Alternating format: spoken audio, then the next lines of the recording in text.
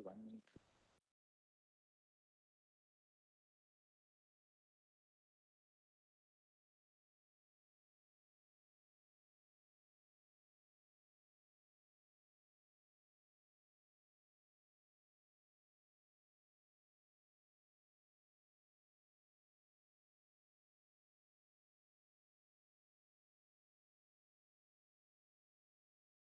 Yesterday it was bookmarked, so maybe that's how. Yes, it's in.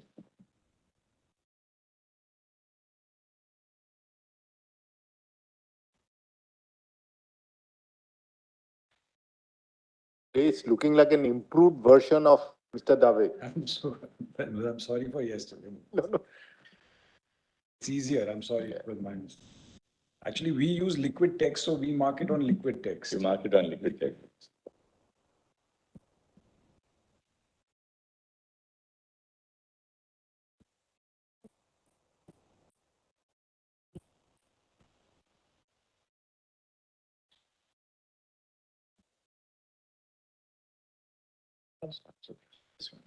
A little problem because I was trying to go through the whole process of again quitting, then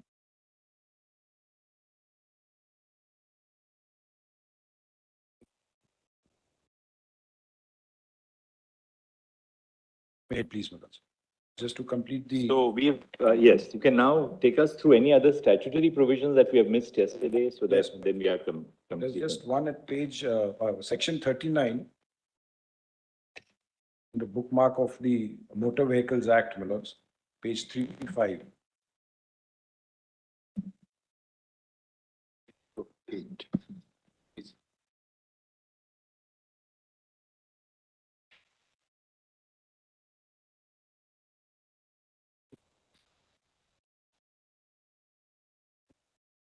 Smart.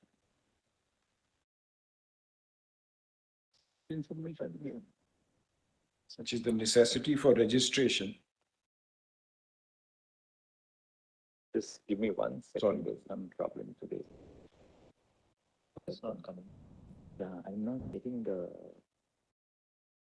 I'm getting. Do you know I am?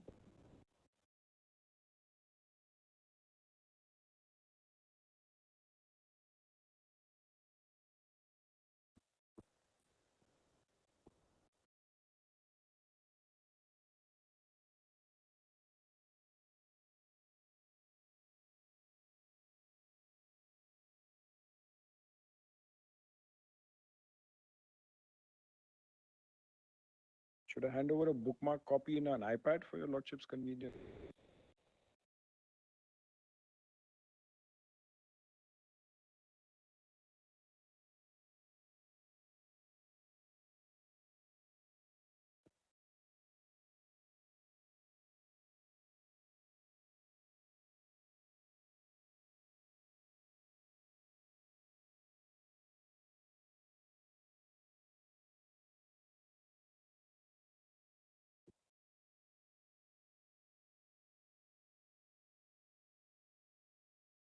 That's 335. 30. Yes. Yeah, that's right. 335 is necessity for registration in the chapter for 39. registration of motor vehicles. Just reading 39 for a purpose, Manoj. No person shall drive any motor vehicle, and no owner of a motor vehicle shall cause or permit the vehicle to be driven in any public place or in any other place unless the vehicle is registered in accordance with this chapter. The certificate of registration of vehicle has not been suspended or cancelled, and the vehicle carries a registration mark displayed in the prescribed manner, provided that nothing shall apply if the motor vehicle is in possession of a dealer subject to such conditions. Now, 41, Manoj, registration, how to be made. An application by or on behalf of the owner of a motor vehicle for registration shall be in such form and shall be accompanied by such document, particulars and information, and shall be made within the such period as may be prescribed by the central government, provided that where a motor vehicle is jointly owned, Manoj, Lordship may skip that. Come to 4, Manoj, if your Lordships don't mind, please. Is that in addition to, which is at page 336, in addition to the other particulars required to be included in the certificate of registration, it shall also specify the type of motor vehicle, being a type as the central government may, having regard to the design, construction, and use of the motor vehicle by notification in the official gazette specified. So here for the registration purposes, one has to mention the design, the construction and use of motor vehicles by notification.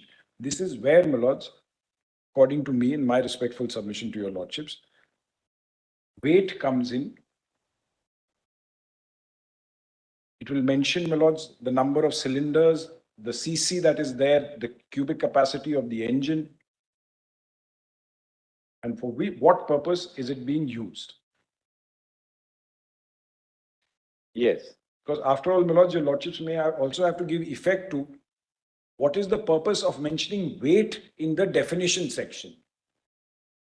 Some purpose is attached to that weight, that one is classified as 7,500, other is medium between 12,000 and 7,500. So a purpose is there. And that purpose is there in the Motor Vehicles Act, my lords, as far as the registration is concerned. It's there, my lords, under the Income Tax Act, where I checked up, because sometimes where it's like a house property, where if you are owning a commercial vehicle, transport vehicle of a particular weight, then you are required to pay a particular tax on it for the year, which is dependent on the weight. That is, my lord, section 44AE of the Income Tax Act. So that has a deemed income concept in it. If you are owning a transport vehicle of a particular weight that is given, heavy goods vehicle or other than heavy goods vehicle, there is an income tax that attaches to it. So weight has a particular significance for the description. It could be for any other purpose. And the 44AE says that the definition of vehicles shall be unladen weight, etc., shall be as per the Motor Vehicles Act. So that, in my respectful submission, would be the why weight is mentioned in this. Now, if the weight is there, my lords, the ordinary cars, my lords, even the cars that your lordships have, are about between 1,800 to 2,000 kilograms. They rarely go up to 6,000 or 7,000 kilograms as far as motor car is concerned, my lords, because that even an SUV, I checked up, my lords, is higher side is 3,000, 3,500 kilograms. So it may be an LMV, but the certificate of registration would mention LMV, cylinders, weight, unladen weight is of this particular purpose. Unladen weight also has some significance, my lords. One can't tinker with that unladen weight once the vehicle has come to the person, that you add some iron thing, a grill which takes the weight to far exceeds the unladen weight of 7,000, though it's classified as LMV, but you've added certain things to it which takes the unladen weight away. So by weight necessarily may not be a good criteria to go by, because it is defined as 7,500 and it's a transport vehicle or an omnibus. They'll all fall in one category of this, my lord. Now, yesterday, the question that fell from the bench, my lords, was about the rules. Your lordships wanted to see the rules, my lords. They're at page 436. Lordship pleases, my lords. As far as the licensing regime is concerned, your lordships were desirous of seeing the 436. It starts, my lords, after they are quite detailed, the rules.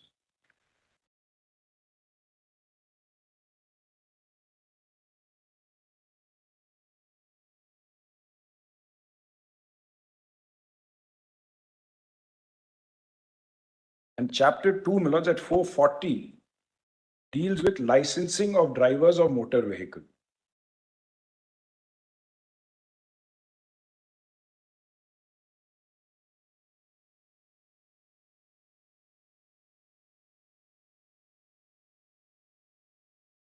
So 3 says, my lords, that the provisions of subsection 1 at 440, my lords, your lordships have that. Provisions of subsection 1 of section 3, which is the section which is falling for your lordship's consideration, shall not apply to a person while receiving instructions or gaining experience in driving with the object of presenting himself for a test of competence to drive, so long as such person is the holder of an effective learner's license issued to him in Form 3 to drive the vehicle. Such person is accompanied by an instructor holding an effective driving license to drive the vehicle, and such instructor is sitting in such a position to control or stop the vehicle. And there is painted in the front and rear of the vehicle this L, which is there. Then is evidence as to correctness as to age. Then 5 comes as far as the medical certificate is concerned, my lords.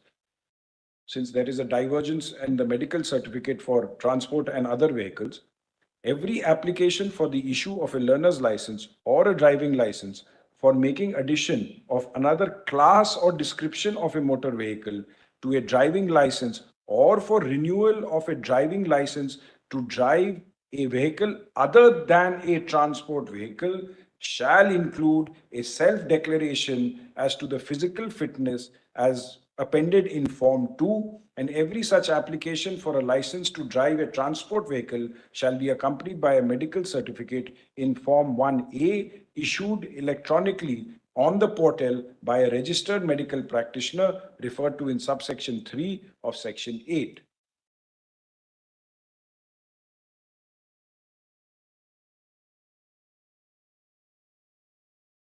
So the rule contemplates, my lord, that even if I have to switch from the class, if I have to go for transport vehicle, then I require a medical certificate from a medical practitioner. Because that's what, for making addition of another class. So the moment sorry. Deepankar's job.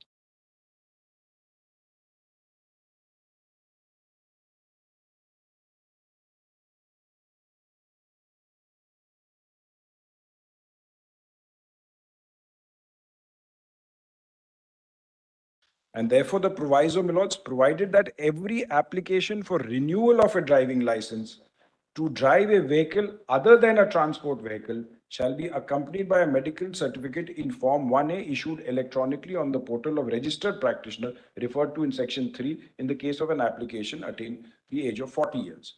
So that distinction between transport and other vehicle is maintained, my lords. Then your lordships may come to 10. Lordships may see 9 also, since Ms. Pathak requests me to read 9, my lords. 9 is, my lords, minimum training and language comprehension, requirement for driving of goods carriage, carrying dangerous and hazardous goods. 1 year from the date of commencement of the Central Motor Vehicles Amendment 93, any person driving a goods carriage carrying goods of dangerous or hazardous nature to human life shall, in addition to being the holder of a driving license to drive a transport vehicle, also has the ability to read and write at least one Indian language out of those specified in 8th schedule of the Constitution and English, and shall also possess a certificate of having successfully passed a course consisted of following syllabus and periodicity connected with the transport of such goods. So then, my lords, it says syllabus is defensive driving, questionnaire, cause of actions, etc. My lords, then it goes. And therefore, then 10 comes as far as an application for learner's license is concerned.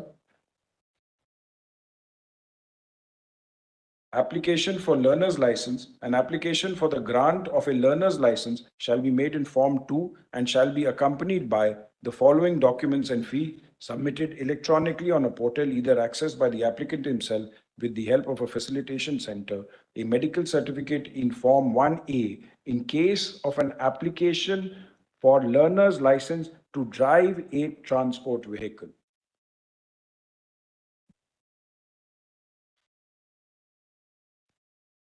I'm only pointing out the relevant part where transport is mentioned, my lords. Actually, D is very important. In the case of an application for transport vehicle, yes, my lords, excluding whatever, the driving license held by the applicant.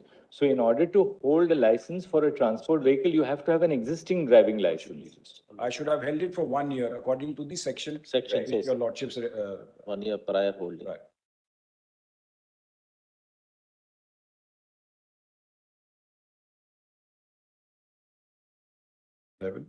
Section 7. Section 7.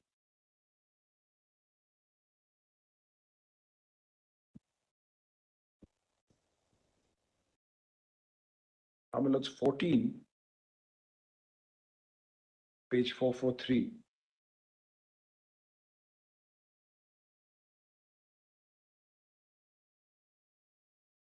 says an application for a driving license shall be made in Form 4 and shall be accompanied by an application for driving license shall be made in Form 4 shall be accompanied by an effective learner's license of the type to which the application relates, appropriate fee as specified in Rule 32 for the test or the subsequent test as the case may be of competence to drive for each class and for issue of license. Each class, specifically mentioned, my lords.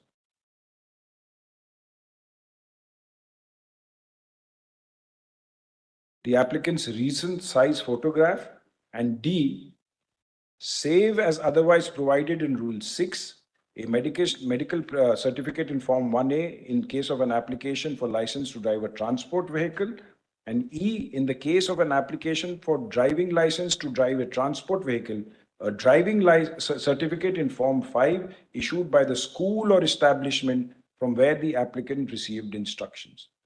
Lordships yesterday saw the distinction about holding 1 year's license and undergoing that training period for 1 year from a school before a transport vehicle license can be taken.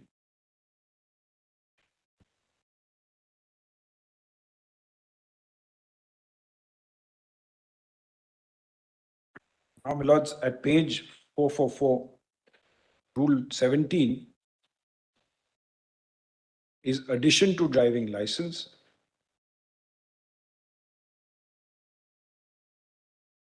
Addition to driving license. So an application for addition of another class or description of motor vehicle to the driving license shall be made in Form 2 to the licensing authority and shall be accompanied by 1, that is an effective learner's license and driving license held by the applicant. B, the driving certificate in Form 5 in the case of an application for addition of a transport vehicle excluding e-rickshaw or e-cart.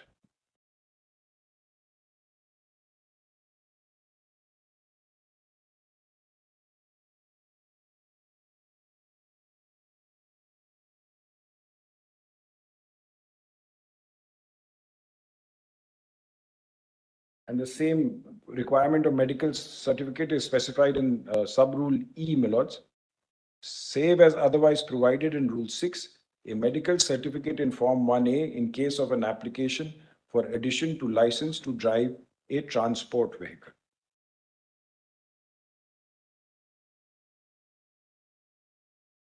Then it's Rule 18, my lords, at page 445, which is renewal of driving license. Application for the renewal of a driving license shall be made in Form 2. I'll take your lordships to the form because Form 2 finds mention everywhere. To any licensing authority in the state in which the applicant ordinarily resides or carries on business and shall be accompanied by appropriate fee, etc. My lords. D, in the case of an application for renewal of license to drive a transport vehicle, again, the medical certificate in Form 1A or in the case of an application of renewal of license to drive a non-transport vehicle if the applicant has attained the age of 40. Then a certificate in Form 5 if renewal is to drive heavy goods vehicle and heavy passenger motor vehicle. 2, where the driving license authorizes the holder of such license to drive a transport vehicle as well as any other vehicle, then the licensing authority shall, subject to the production of medical certificate, renew such license for the appropriate period as specified in subsection 2 of section 14, which generally for transport is 5 years, and for other classes it varies according to as the applicant's age increases gradually.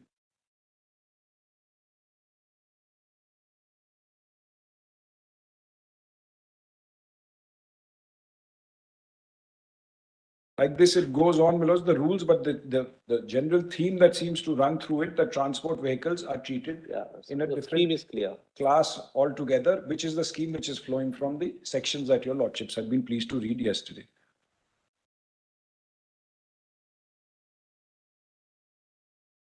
Yes. My lords, I wanted to show to get a license, since we are on the rules, if your lordships are pleased to turn to page 449, Rule 31.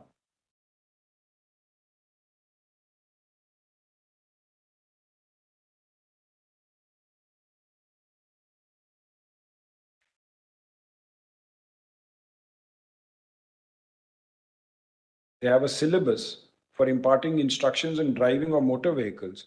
Yeah. And the syllabus is also different. It says, the syllabus for imparting instructions in driving of motor vehicles of the schools or establishment shall be as follows. See table below.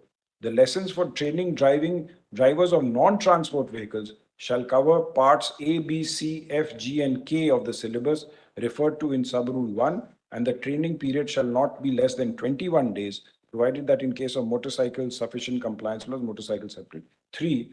Lessons for training drivers of transport vehicles shall cover parts E, F, G, H, I, J, and K of the syllabus referred to in Subrule 1, and the training period shall not be less than 30 days.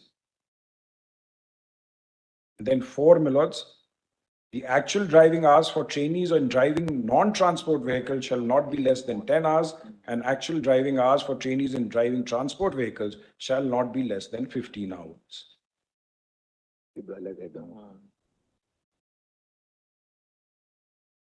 And it sets out the various table that sets out what they have to read, and they are also sort of in a way divided between what is common and not uncommon between, if we see the chart, Millers. I'm not taking your lordships through that part.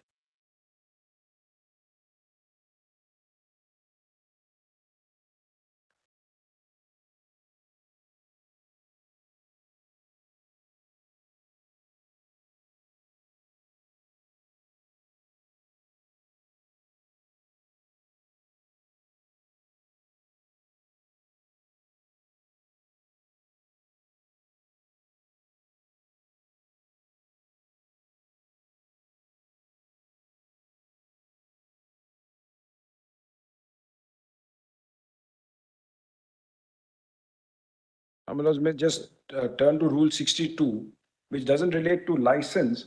It relates to validity of certificate of fitness. Because the argument in Mukund Devangan was that it is of a particular class, which is motor vehicle.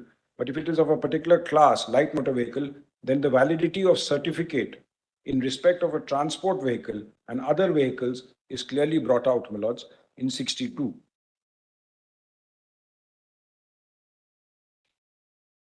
It's validity of certificate of fitness. A certificate of fitness in respect of a transport vehicle granted under section 56 shall be in form 38 and sorry, my lords, 52, my lords, at page 477. Sorry, my lords. No problem. Certificate of fitness. It's certificate of fitness. It says new transport vehicle, 2 years.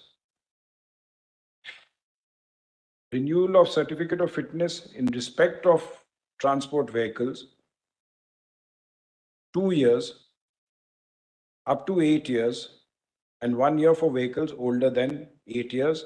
For heavy good vehicles, heavy passenger motor vehicles onwards, and for medium goods vehicle, medium passenger motor vehicles, and light motor vehicles with effect from so and so. So renewal of certificate of fitness in respect of transport vehicle and transport vehicle, new transport vehicle, shall be 2 years.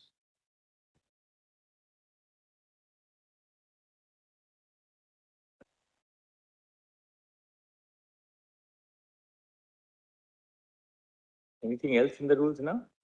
Just the form, if your lordships are desirous of seeing. Yes, let's see the form.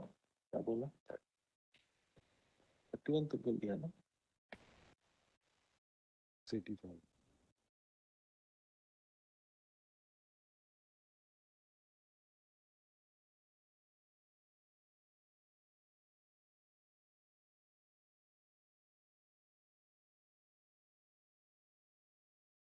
If your lordships are pleased to turn to 685.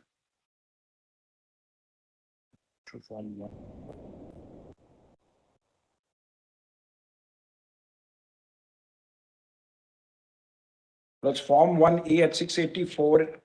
Just the heading falls in, the last part falls in 684. Is the medical certificate form, my lords? Because we've covered quite a bit of the medical part, my lords. Form 2 is the important form, my lords, which is at 685. And it is to be read with Rule 10, 14, 17, and 18, which I read to your lordships just now, my lords. Form of application of learner's license or driving license in addition of a new class of vehicle or renewal of driving license or change of address or name. And the form your lordships will find at 686. And at serial 1, my lords, it mentions class of vehicle applicable for new learner's license or new driving license. And it mentions motorcycle without gear, motorcycle with gear. It says light motor vehicle, my lords, and then there's the asterisk. The asterisk is, my lords, earlier, Common certificate. it would read transport vehicle, would mention, my lords, earlier, transport vehicle, but this has been amended. And transport vehicle,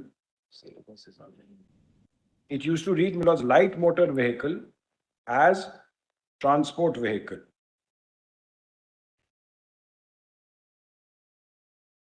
So now the legislature has deleted transport vehicle part and has just light motor vehicle, adapted vehicle, medium or heavy goods or passenger vehicle as transport vehicle.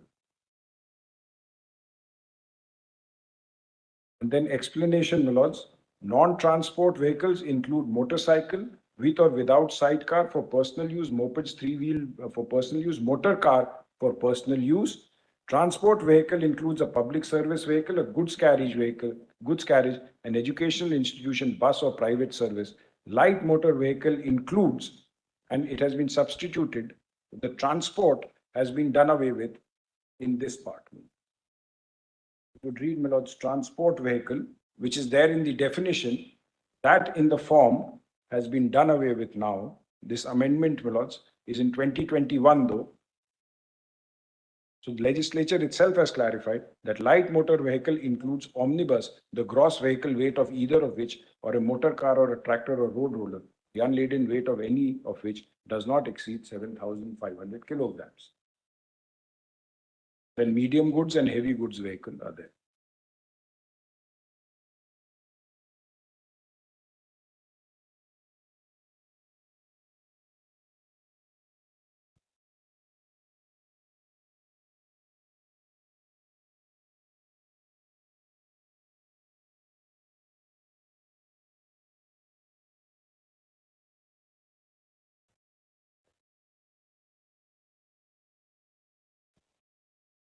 Interesting, if your lordship sees others also, which is not covered in any of the above categories, includes harvester, excavator, forklift, trailer, crane mounted vehicles, agricultural tractor, power lift, tow trucks, breakdown and van recovery vehicles, construction equipment vehicles.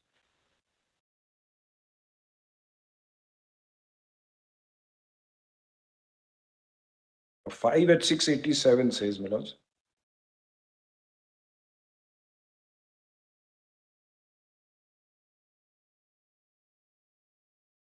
In case of request for addition of a class of vehicle in transport category, please fill the following: enrollment number in the driving school, enrollment date, etc.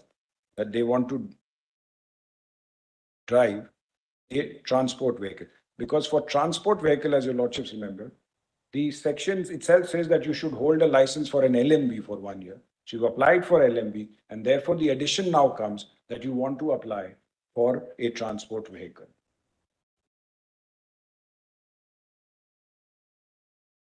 So on my own, I can't go on my 20th birthday and apply that I wish to drive a transport vehicle. That is not the scheme of the Act, Millers. It presupposes you have at least for 1 year driven a light motor vehicle, and then you will have an addition of a transport vehicle. This Form 2 has been dealt with at considerable detail, my lords, in Mukund Devangan. And my lords, is Form 5, etc., which really I don't think I should take your lordship's time.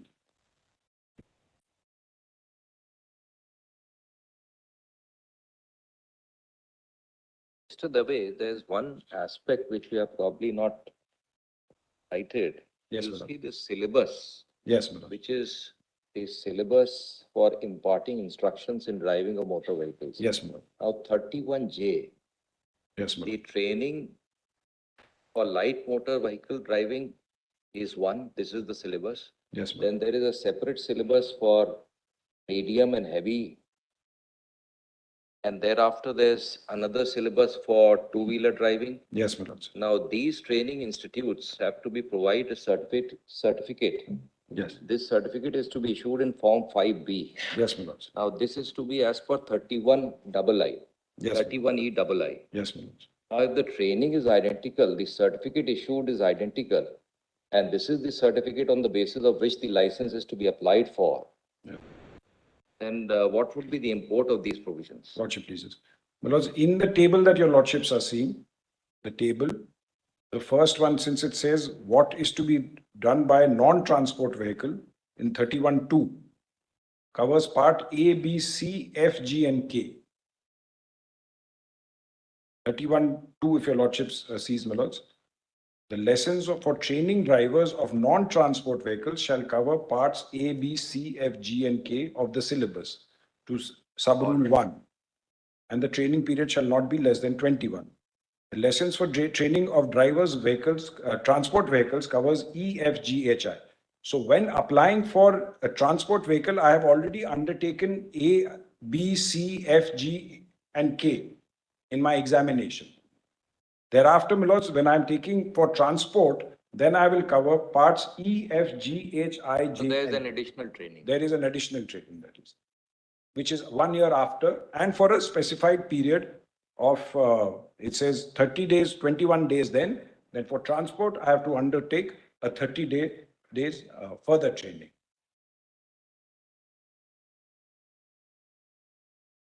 It covers E, F, G, H, I, J, and K.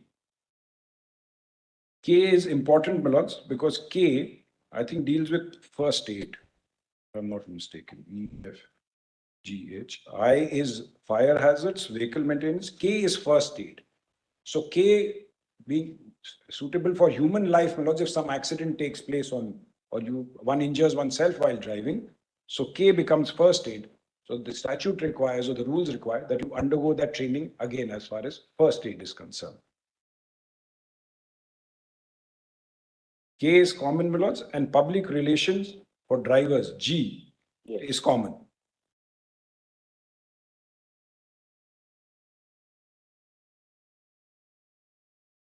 So like F, which is transport, traffic education.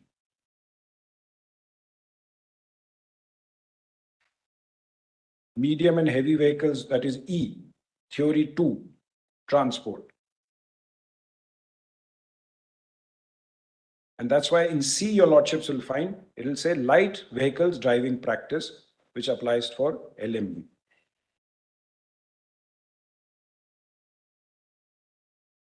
So, Mr. Dave, Sorry. perhaps we can say this. Yes. All those who are holding an LMV license, if they look at a truck driver, Yes. they must understand that he's better educated, at least from the license perspective. Yes. Most certainly. At least. Isn't it? Yes. That assumption is there. If Language, first aid, so many things he has to learn. on a principle, I don't think you are learning all that with your LMV license. I don't think, Milord, that way. On a ceteris paribus principle, Milord, everything else remaining the same. A bus driver or a truck driver in this is certainly more educated than me when I'm driving a. But this language is interesting. We always thought truck drivers need to learn certain kinds of language, but that is not what it is talking about. That language is excluded. Yeah. Transport language. Transport language. That is excluded. It's tough language. In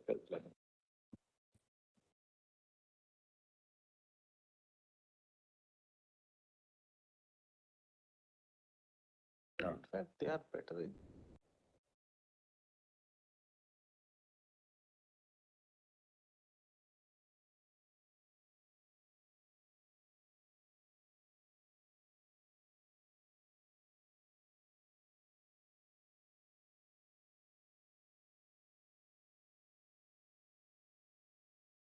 Because if you lordships just sees the drive, though all of us ordinarily hold a driving license, at 881, which is Form 7, which is the form of driving license, they even provide to that much detail, laminated card without chip or smart card, visual inspection.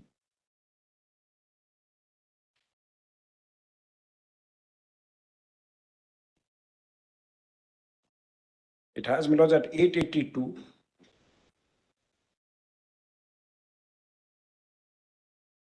motorcycle with gear. It has class of vehicle, motorcycle with gear, LMB, which is shown in a car, transport as a category. And then motor vehicle of specified description. Non-transport. Specified description.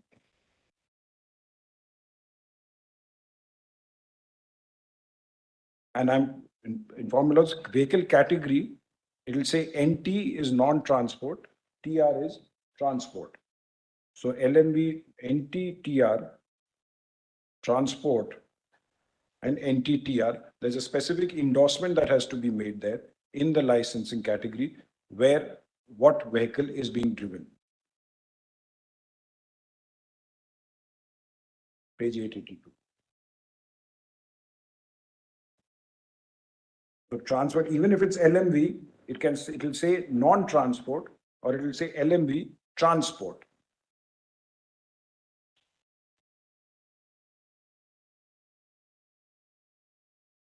Where is it in 882? Lordships has that where motorcycle and all are made on the left side, my lords. Yeah, this one. Yes, car. Car hai, choti si. It's the last bookmark, my lords, forms.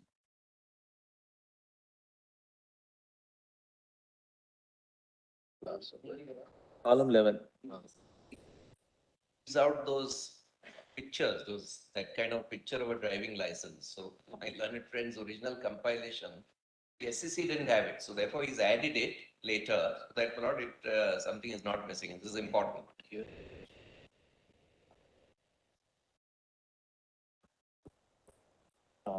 Single symbol mentioned. Now there's the oblique. Yes, Is it and or is it alternative? it's alternative. Oh. NT, is it? Oh, I see. Does any of the juniors have a license here? I didn't want to ask the seniors to do that. Your junior is. Anyway, his is valid only for. My learned brother has one, surely. I'm saying his junior is here.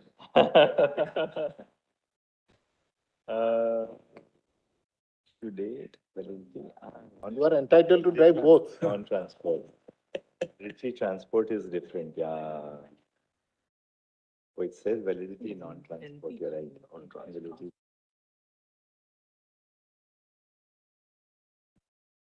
Was mentioned.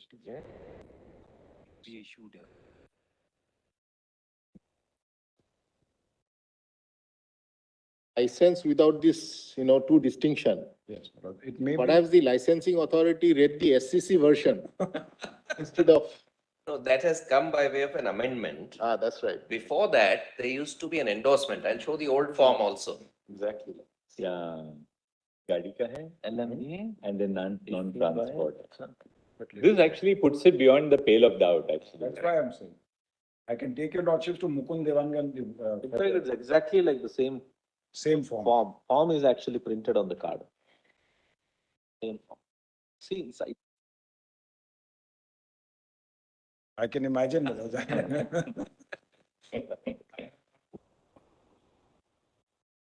Let's see that. It has to be. Has to be, yeah. Now, Same act that's a applies. good thing, it's nationally unified now. Yes. This form has come in 2019. The earlier form had a separate plot thing saying just that endorsement for driving a transport vehicle. Sure. This, as being the same person as the holder of the license, it doesn't have your beard anymore. Oh. I thought, why did Mr. Sood need to go to Tamil Nadu to get a license?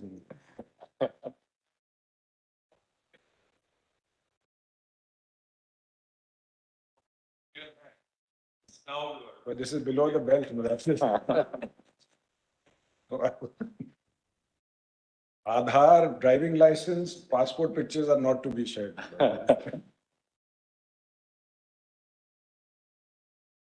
And passport pictures are particularly bad because, the person who takes the photograph is constantly making you focus on that both your ears must be visible. Then, you must look in a particular way so that the reflection doesn't come in your specs. Glasses, my lord, Or no glasses. In the olden days, at least, that was a... Wear glasses, it's so difficult Yeah. because if I take it off, I can't view even the court master clearly. Because that old form which Mr. Bhushan would place, Manoj, is there at page 880. 880? 880. When did this new form come in? 2019, Mr. Bhushan.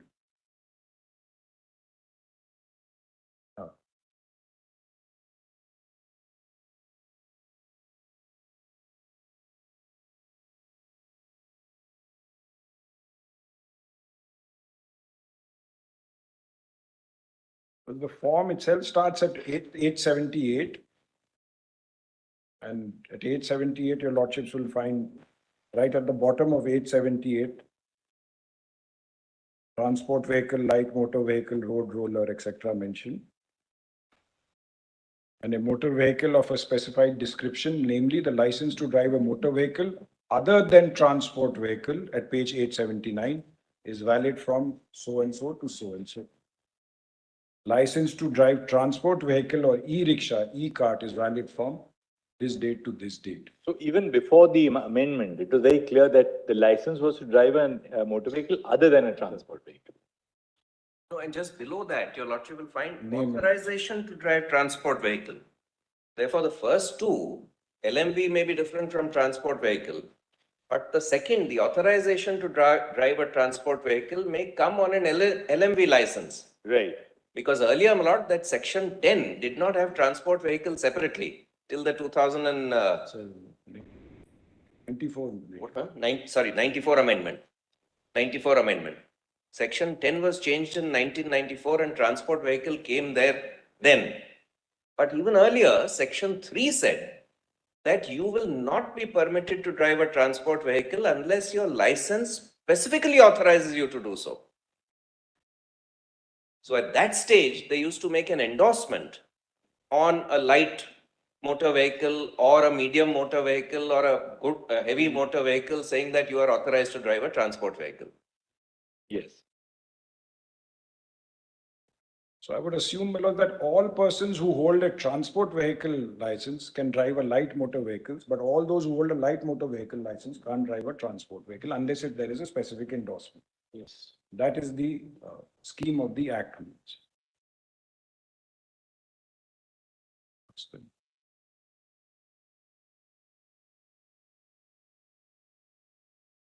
Yes, Mr. Yes. Does your lordships like to see Devangan? Because I'm done with the scheme of the, Briefly, yes, let's do that because it's, Devangan and then we'll start. it's the fourth bookmark, my lords, on your lordships' computers. My lords.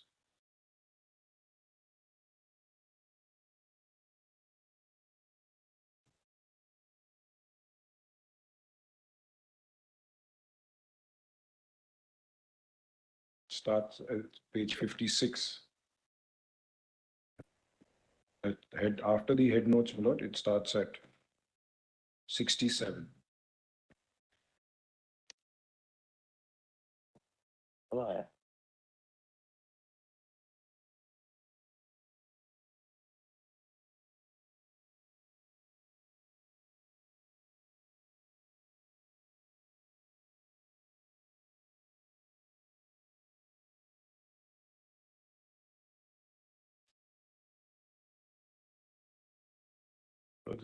At page 67.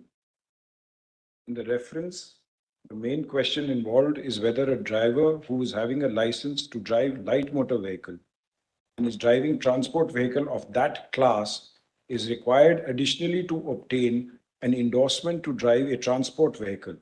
There is a conflict in the plethora of decisions of this court, and various decisions have been set out by your lordships, my lords, in the judgment. Then 3, my lords, paragraph 3. Following questions have been referred for decision to the larger bench. What is the meaning to be given to the definition of light motor vehicle as defined in section 221 of the Motor Vehicles Act, whether transport vehicles are excluded from it? And 2, whether transport vehicle and omnibus, the gross vehicle weight of either which does not exceed 7,500 kgs would be a light motor vehicle, and also motor car or tractor or a road roller, unladen weight of which does not exceed 7,500 kgs, and holder of a license to drive the class of light motor vehicle as provided in 10(2)(d would be competent to drive a transport vehicle or omnibus, the gross vehicle weight of which does not exceed 7,500 kgs, or a motor car or tractor or road roller, the unladen weight of which does not exceed 7,500 kgs. The second question is more or less the definition of what is contained in 221. And 3, my lords, what is the effect of the amendment made by virtue of Act 54 of 94, with effect from 14/11/94, while substituting clauses E to H of section 10(2), which contain medium goods vehicle, medium passengers motor vehicle, heavy goods vehicle, and heavy passenger motor vehicle by transport vehicle, whether insertion of expression transport vehicle under section 10(2)E is related to said substituted classes only, or it also excluded transport vehicle of light motor vehicle class from the purview of section 10(2)D and section 241 of the Act. What is the effect of amendment of Form 4 as to the operation of the provisions contained in section 10 as amended in the year 1994, and whether the procedure to obtain the driving license for transport vehicles of the class of light motor vehicle has been changed.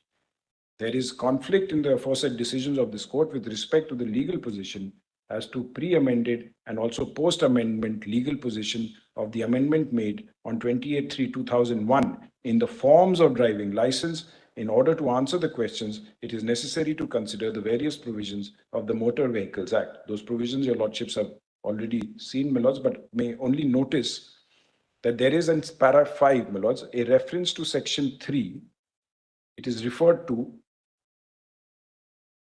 and what your lordships are pleased to hold, my lords, are below the quoted part, that it is apparent from the provisions contained in section 3 that it is necessary to have a license to drive motor vehicle in any public place, and in order to drive a transport vehicle, the driving license must specifically entitled him to do so. The question is, what is the meaning to be given to transport vehicle under section 3? Then is the driving license section 10 is set out, my lords, and the comment is para 7, that section 10 deals in the forms and contents of the license to drive. Section 10, as it stood before its amendment made in the year 94 by virtue of Amendment Act 54 of 94, is extracted here under. This your lordships may kindly see. Every learner's license and driving license, except for driving, all that is the same, my lords. Para 2 is the only, subclause 2 is the only part, my lords, where it went up till J, which is motorcycle without gear, motorcycle with gear, invalid carriage, light motor vehicle, medium goods vehicle, medium passenger motor vehicle, heavy goods vehicle, heavy passengers, road roller, and motor vehicle of specified description. So it went up with all these categories of J till J.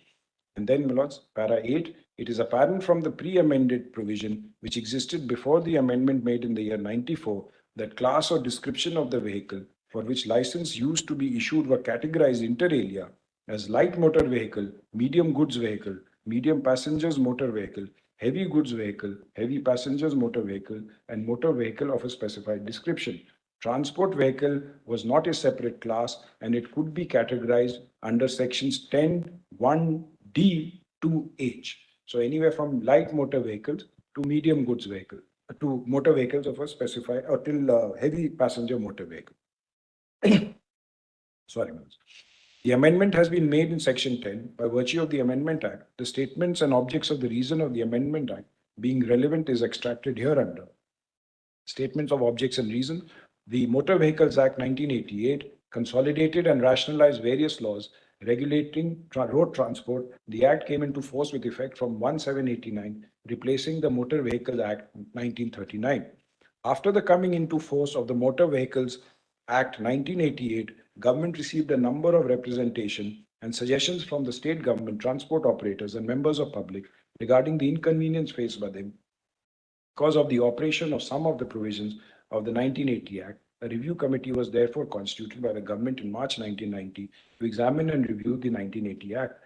3. The recommendations of the review committee were forwarded to the state government for comments, and they generally agree with these recommendations. The government also considered a large number of representations received after finalization of the report of the review committee from the transport operators and public for making amendments in the Act. The draft of the proposal based on the recommendation of the review committee Representations from the public were placed before the Transport Development Council, seeking their views in the matter. The important suggestions made by the Transport Development Council relate to on or off or on account of A, the introduction of newer types of vehicle and fast increasing number, both commercial and personal vehicles in the country, providing adequate compensation to victims of road accidents without going into law and run procedure, protecting consumer interest in transport sector, concern for road safety standards, transport of hazardous chemical and pollution control, delegation of greater powers to state transport authorities,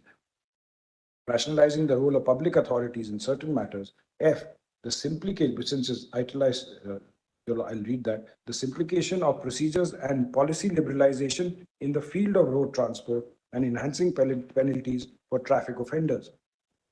Therefore, the proposed legislation has been prepared in the light of above background. The bill inter alia provided for modification and application of certain definitions of new type of vehicle, simplification of procedure for grant of driving licenses, putting strict restrictions on the alteration of vehicle, certain exemptions for vehicles running on non-polluting fuels, sealing on individuals or companies' holdings removed to curb Benami holding, states authorized to appoint one or more state appellate tribunals, punitive checks on the use of components that do not conform to the prescribed standard by manufacturers, and also stocking sale by traders, increase in the amount of compensation of the victim's hit and run case, removal of time limit for filing of application by road accident victims compensation, punishment in case of certain offences is made stringent.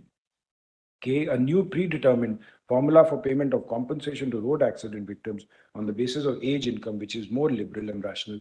The Law Commission in its 119th report had recommended that every application for a claim be made to the claims tribunal having jurisdiction over the area in which the accident occurred, or to the claims tribunal within which the local limits of whose jurisdiction the claimant resides or carries on business, or within the local limits of those whose jurisdiction the defendant resides at the option of the claimant. Bill also makes necessary provisions to give effect to the said recommendation. Pre-amended provision of Section 10 contained the vehicles of 10 kinds in Sections 10(2)(a) to J.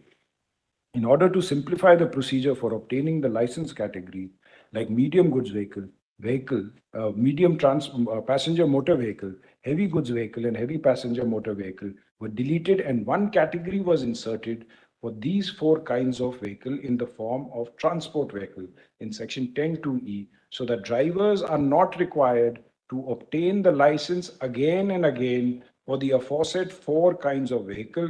The provision of Section 10 after the amendment made by 54 of 94 is extracted here under forms and contents of license to drive. Your lordships have seen this. So F to H are deleted, and road roller and J motor vehicles of specified description are retained. And E is the transport vehicle category that is added.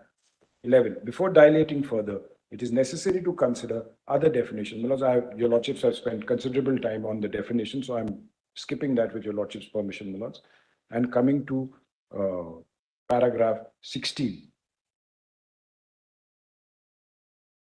Prior to the amendment in 1994, license for transport vehicle was clearly covered as per Section 10(2) in 5 categories, that is Section 10(2)(d) in light motor vehicle, Section 10(2)(e) medium goods vehicle, Section 10(2)(f) medium passenger motor vehicle, 10(2)(g) heavy goods vehicle, and 10(2)(h) heavy passenger motor vehicle. The license for light motor vehicle has been provided for in Section 10(2)(d). The expression transport vehicle has been inserted by virtue of Amendment Act of 1994 in Section 10(2)(e) after deleting 4 categories or classes of vehicles, that is medium goods vehicle, medium passengers motor vehicle, heavy goods vehicle, and heavy passengers motor vehicle. Earlier Section 10 did not contain separate class of transport vehicle. 17 is important because the definition of light motor vehicle makes it clear that for a transport vehicle or omnibus, the gross vehicle weight, either of which are a motorcycle, motor car, or tractor road roller, the unladen weight of any of which does not exceed 7,000 kgs. Gross vehicle weight has been defined in 215. The motor car or tractor or road roller, the unladen weight of any of which does not exceed 7,000, as defined in Section 248 of the Act, are also light motor vehicles. No change has been made by the Amendment Act of 54 of 1994 in the provisions contained in Sections 221 and 10(2)(d) relating to the light motor vehicle. The definition of light motor vehicle has to be given full effect, and it has to be read with section 10(2)(d), which makes it abundantly clear that light motor vehicle is also a transport vehicle, the gross vehicle weight or unladen weight of which does not exceed 7,500 kgs as specified in the provision. Thus, a driver is issued a license as per the class of vehicles, that is light motor vehicle, transport vehicle, omnibus, or another vehicle of other categories as per gross vehicle weight or unladen weight as specified in section 221 of the Act.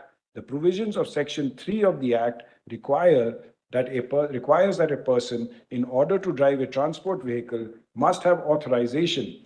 Once a license is issued to drive light motor vehicle, it would also mean specific authorization to drive a transport vehicle or omnibus, the gross vehicle weight, or a motor car, road roller, or tractor, the unladen weight of which, as the case may be, does not exceed 7,500 kg. The insertion of transport vehicle category in section 10(2)(e) has no effect of obliterating the already defined category of transport vehicle of the class of motor vehicle. A distinction is made in the Act of heavy goods vehicle, heavy passenger motor vehicle, medium goods vehicle, and medium passenger motor vehicle on the basis of gross vehicle weight or unladen weight for heavy passenger motor vehicle, heavy goods vehicle, the weight of which may be exceed, which as the case may be, exceeds 12,000 kgs. Medium goods vehicle shall mean any goods carriage other than a light motor vehicle or a heavy goods vehicle, whereas medium passenger motor vehicle means any public service vehicle, or private service vehicle or educational institution bus other than a motorcycle, invalid carriage, light motor vehicle, or heavy passenger. Thus, the newly incorporated expression transport vehicle into 10(2)(e) would include only the vehicles of the category as defined in section 216, heavy goods vehicle, 217, heavy passengers motor vehicle, sections 223, medium goods vehicle, and section 224, medium passengers transport vehicle, and would not include the light motor vehicle, which means transport vehicle also of the weight specified in section 221. Form 4 has led to some of the divergent views of this court, which was prevalent before 28/3/2001, prescribed under Rule 14 of the Central Motor Vehicles Rules, hereinafter referred to as the rules. The relevant portion is extracted here and below. Well, all these categories I had shown to your lordships and lords. At page 75, the form is set out. The aforesaid form, para 20, the aforesaid form was in vogue till 28/3/2001, in spite of the amendment made in the year 1994, deleting sections 10(e) to h. The form in which application was required to be made was not changed and came to be changed only in the year 2001, so as to carry out the effect of the amendment. The relevant extract of the amended form, as amended on 28/3/2001, by which the expression transport vehicle has been inserted, is extracted here and below, and this is the amendment. Your lordships were pleased to see this form earlier. Para 21. Though Form 4 has undergone other changes with respect to item A, motorcycle without gear, same is not relevant for our purpose. Form 4 makes it apparent that light motor vehicle is a description of the kind of vehicle as defined in section 221. A transport vehicle of a light motor vehicle category is not at all excluded in the form. Even otherwise, the form cannot control the substantive provisions carved out in section 10(2)(d) and 10(2)(e). The interpretation of the form is also to be in tune with the statements of objects and reasons and the provisions of the Act inserted by virtue of the amendment. Though it appears that in the amended form, medium passenger motor vehicle remains, that appears to be more due to oversight. Thus, as intended, the simplification of the procedures and policy liberalization has taken place by introducing in the form category of transport vehicle instead of medium goods vehicle, medium passenger motor vehicle, heavy goods vehicle, and heavy passengers motor vehicle. The policy of liberalization became necessary with an introduction of newer types of vehicle and fast increasing number of both personal and commercial vehicles in the country. In case it was intended to take transport vehicle out of the category of the light motor vehicle, then it was necessary to amend section 221 and section 10(2)(d) also, which has not been done Thus, the intendment of the amendment has to be taken by addition of transport vehicle of the aforesaid categories of medium and heavy vehicles only, so that a person is required to apply for license only once to drive aforesaid 4 kinds of vehicle as per the amended provision of section 10(2)(e) and the form. Our aforesaid conclusion is also fortified by the inclusion of Rule 8 of 1989 rule, which provides for minimum educational qualification for driving transport vehicle to be 8th standard. The provisor to the rule makes it clear that the said qualification shall not apply in the case of renewal of driving license to drive a transport vehicle and or addition of another class of transport vehicle to the driving license already obtained before commencement of the Motor Vehicle Act 2007. Amended Rule 8 as inserted in 2007 is quoted below. Minimum educational qualification for driving transport vehicle.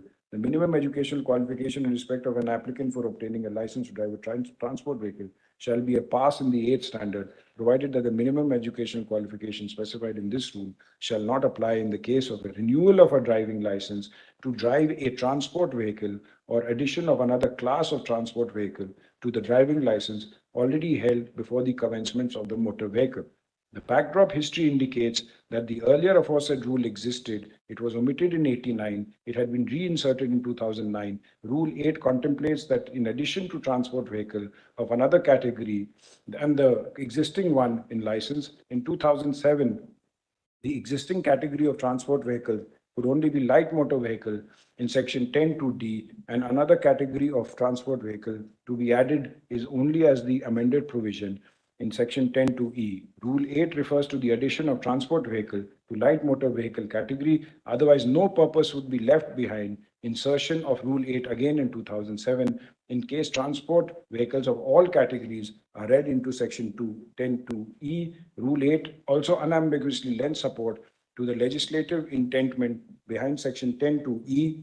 Any other interpretation would make it redundant.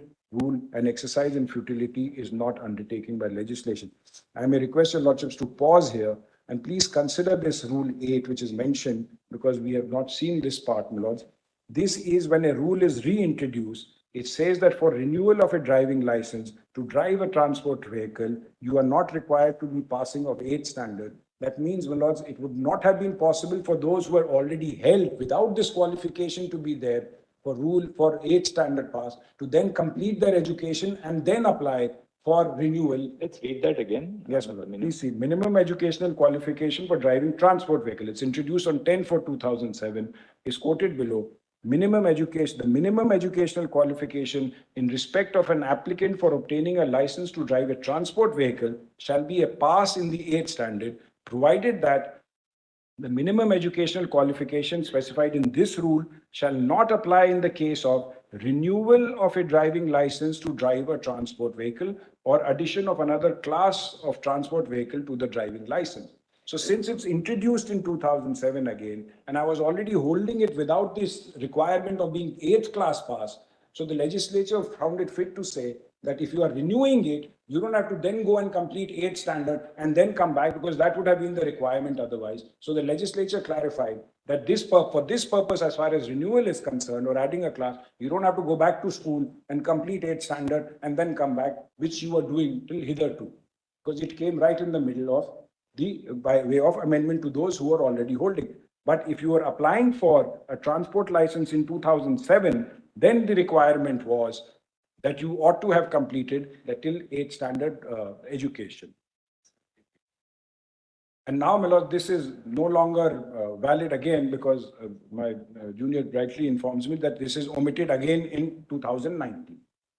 So the interpretation that is given in this judgment, my lords, may not be correct in my respectful submission, because 8 does not help that this part, my lords, at 78, that about third line from below, my lords, Rule 8 also unambiguously lends support to the legislative intent behind section 10(2)(e). Any other interpretation would make it redundant rule. An exercise in futility is not undertaken by the legislature, my lords. With great respect, the exercise undertaken by the legislature was a correct one. It protected those who already held a transport license, not to then go and get that other requirement, because it would have been very difficult for them. Driving license, para 24, my lords. Driving license is issued in Form 6 as provided in Rule 16. of 1989 rules, Form 6 is extracted here in below, my lords. This was also placed at page 79, a motor vehicles of the following description, etc., driving license to drive a motor vehicle other than a transport vehicle. That's after the categories that is mentioned. This, your lordships has seen this with the space of endorsement. Then at para 25 is the opinion expressed by your lordships, my lords. Form 6 provides for light motor vehicle and transport vehicle separately. Though the form contains separate validity period for a motor vehicle other than transport vehicle, the aforesaid form and period of validity have to be understood in the light of the aforesaid discussion made by us of the light motor vehicle and transport vehicle.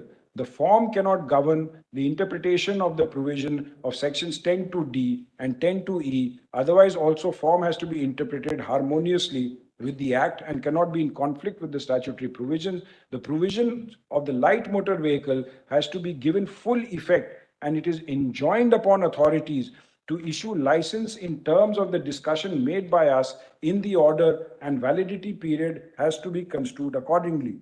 The validity period of transport vehicle of light motor vehicle license, which means the vehicle as defined under section in 221, has to be the same as that of other light motor vehicle of non-transport category, and there cannot be any distinction made with respect to the validity period of the class of light motor vehicle.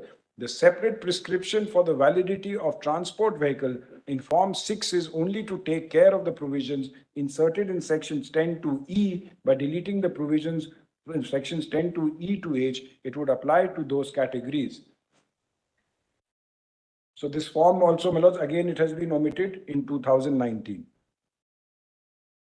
and been replaced, my lords, by what I showed to your lordships, my lords, where the photograph and the form with driving NR, NT and NR and NT and TR categories, my lords. So the forms part, because they keep changing, my lords, I'm skipping that part. Then at 82, my lords, right at the top, after going through another form, it is apparent that an application has to be made for addition of another class of vehicle. Light motor vehicle and transport vehicles are separately defined. Thus, it is clear that in the aforesaid form 4, 6, and 8, transport vehicle has to be understood in the category of vehicles for which provisions have been amended by sections 10 to E.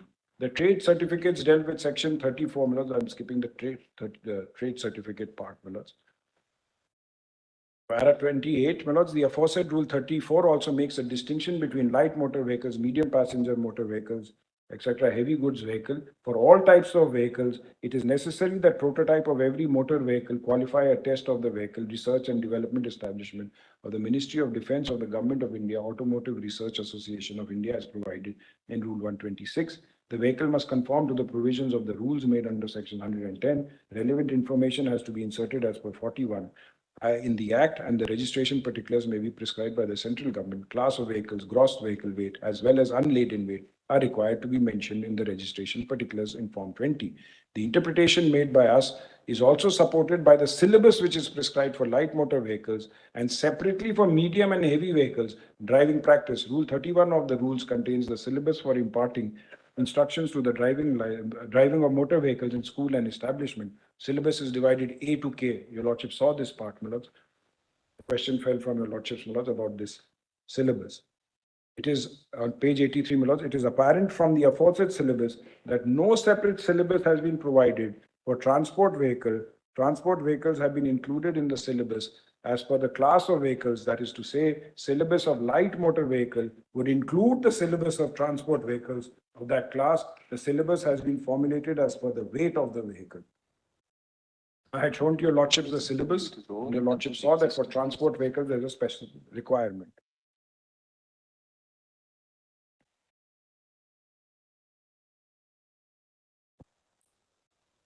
Sorry, just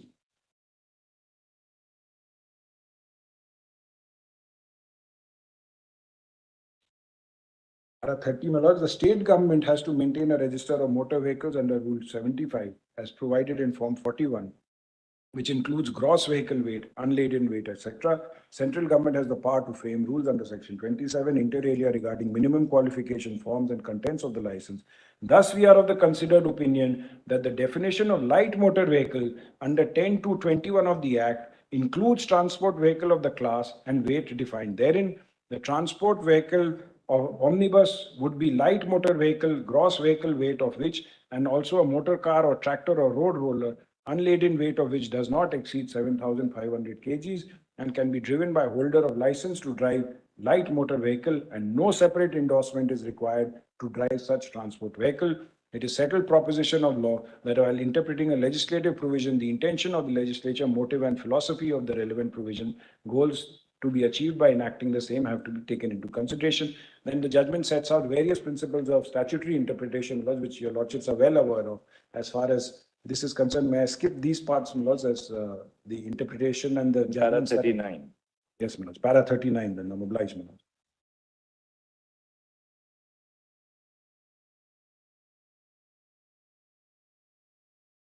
Para 39, Manoj, at page 86. From the aforesaid principles, it is apparent that plain and simple meaning has to be given to Section 10(2). When the legislature has not amended the provision, we cannot rewrite the definition of Section 221 of light motor vehicle and Section 10(2)(d), and full effect has to be given to the omission which has been made in the provisions of Section 10(2)(e) to h by substituting transport vehicle, and under 10(2)(e) and plain and literal interpretation of existing provision and amended provisions has to be made. When the legislature has not amended the aforesaid provision, it is not for the court to legislate by making insertions in Section 10(2)(e). What has not been provided in the statute with a purpose cannot be supplied by the courts. The court has to construe provision and not act as legislature. In other words, interpretation suggested by the insurers would mean rewriting the provision, which is not permissible in the light of the aforesaid discussion. And your lordships may come to the various other judgments are there, my lords, and then 48.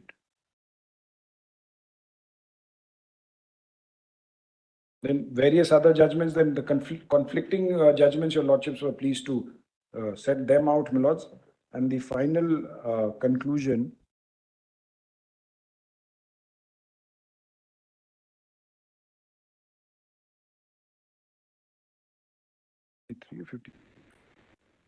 55, my lords, at page 100.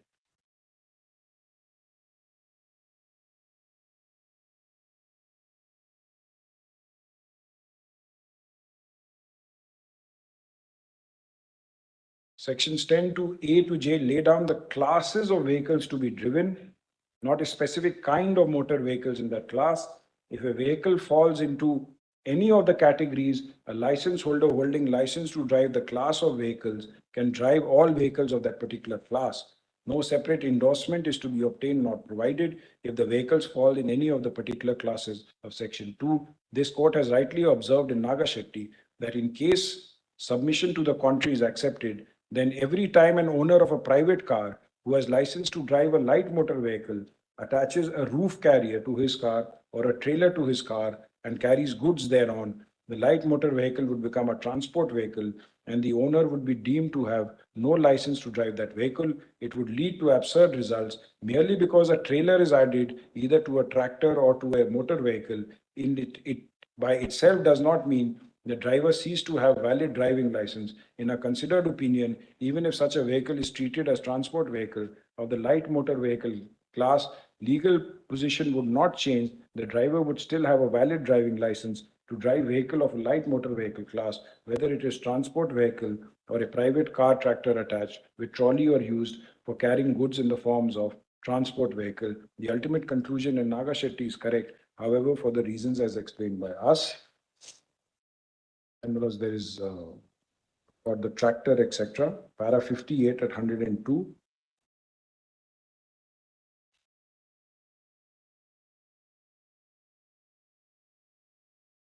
Transport vehicle has been defined in section 247 of the Act to mean a public service vehicle, a goods carriage, an educational institution bus, or private service vehicle.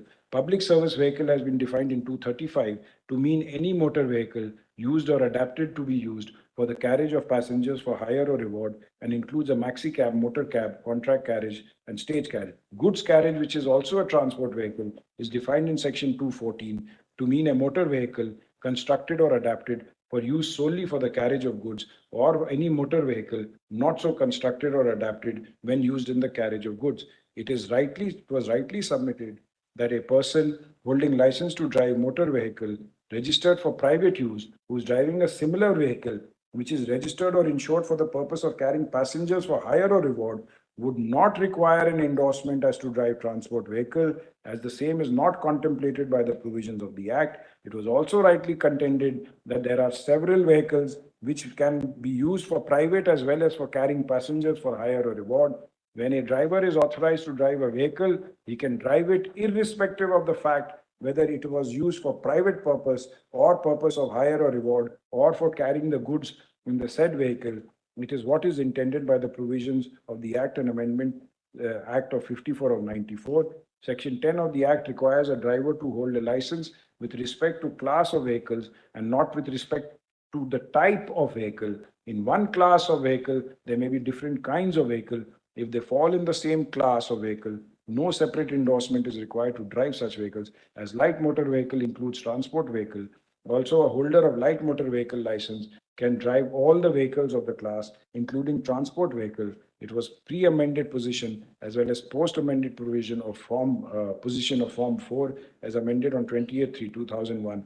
Any other interpretation would be repugnant to the definition of light motor vehicle in Section 221 and the provisions of Section 10(2)(d).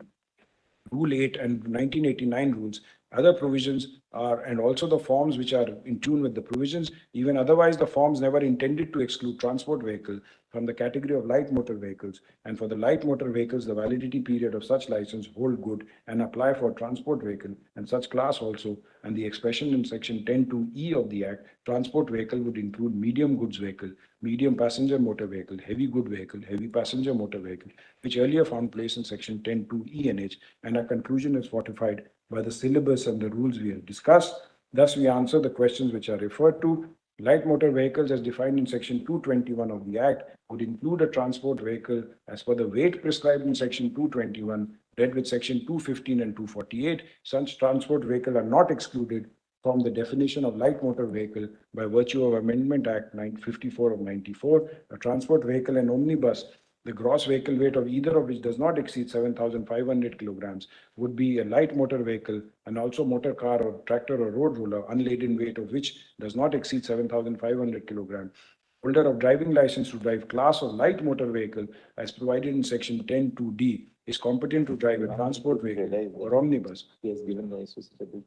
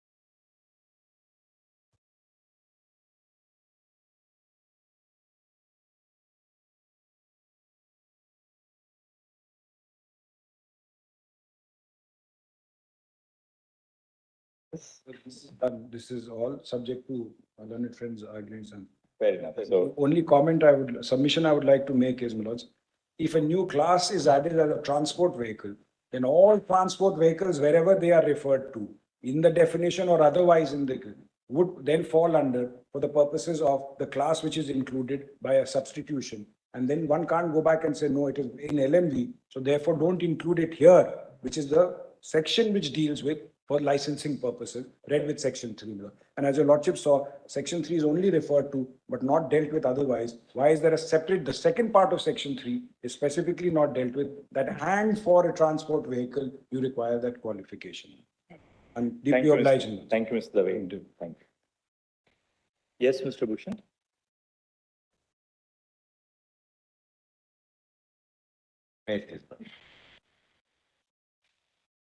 But your lordship has seen the judgment is the most tedious part in the whole.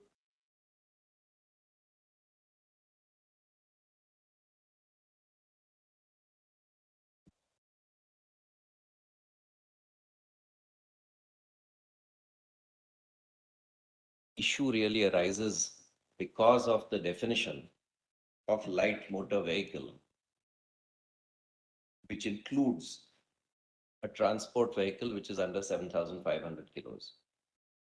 And therefore, that is the basis on which Lord Mukul Devangan has held that once you have a license for a light motor vehicle, that includes a transport vehicle of less than 7,500 kilos.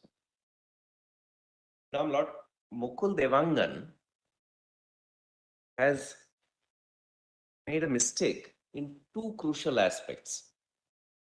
One is in dealing with section 3. Just have a look at section 3. And this section 3 was there, Lord, before the 1994 amendment, before transport vehicle was added in section 10(2).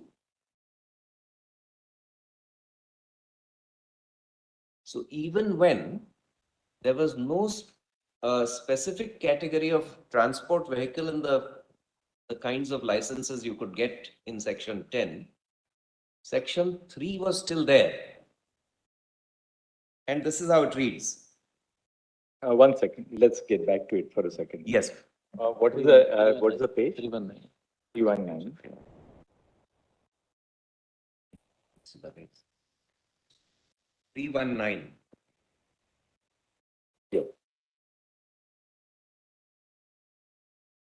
No person shall drive a motor vehicle in any public place unless he holds an effective driving license issued to him, authorizing him to drive the vehicle.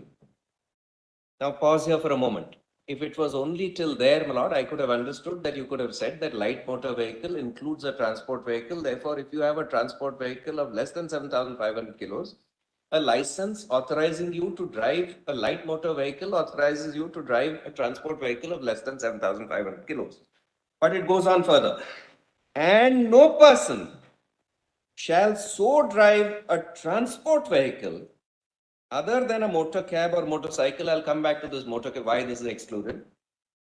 Hired for his own use or rented under any other scheme made under subsection 2 of section 75, unless his driving license specifically entitles him so to do. Now, what is the meaning, my lord, of the second part? And no person shall so drive a transport vehicle. It clearly means that whatever your license, whether transport vehicle is included or not, but you cannot use that license to drive a transport vehicle unless your license specifically authorizes you to drive a transport vehicle.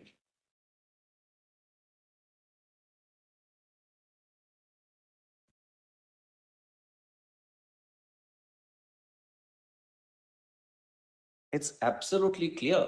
I mean, it could not be more specific than this. What was the need of having the second part? If you were to say that, no, light motor vehicle includes a transport vehicle of less than 7,500, and therefore, if you have a license to drive a light motor vehicle, you can drive a transport vehicle, even if your license doesn't specifically authorize you to do so. Then, my lord, the second part becomes otiose, it becomes totally redundant. Just excise it from that section for a moment and see the result is the same as what Mukul Devangan says it is.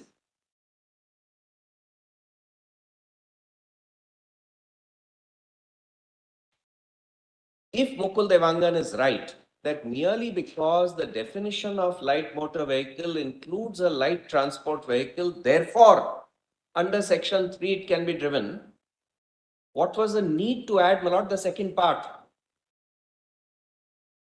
Those lines become totally redundant if the my lord, the interpretation given by Mukul Devangan is accepted. And it's an accepted principle of law, my lord, that you cannot give any interpretation to any provision which makes certain words redundant.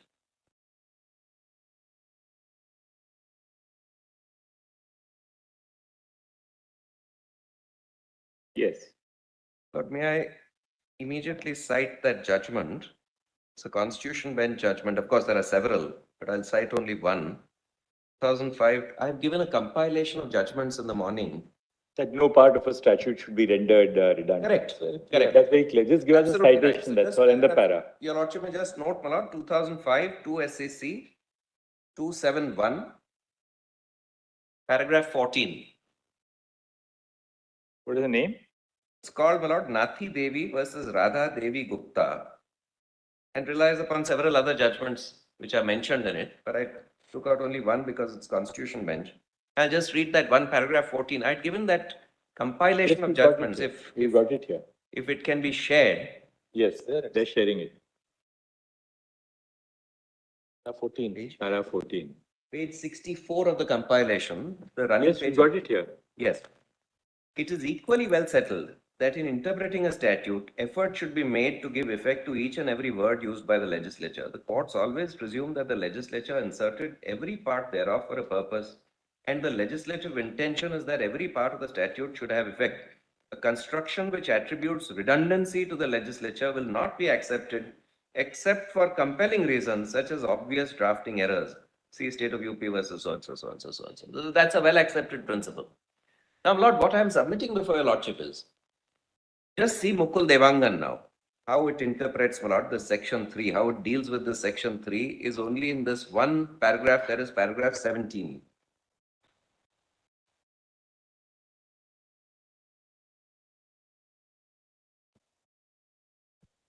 Page 74 of Mr. Dave's compilation.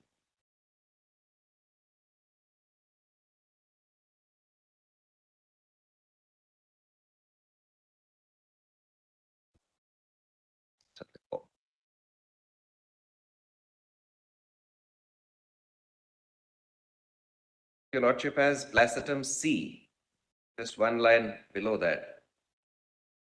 The provision of section 3 of the Act requires that the person, in order to drive a transport vehicle, must have authorization. Once a license is issued to drive light motor vehicle, it would also mean specific authorization to drive a transport vehicle or omnibus, the gross vehicle weight, or motor car, road roller, or tractor, the unladen weight of which, as the case may be, does not exceed 7,500 kilograms. This is how, my lord, this section 3, the second part, is dealt with. This, in my humble submission, is totally wrong.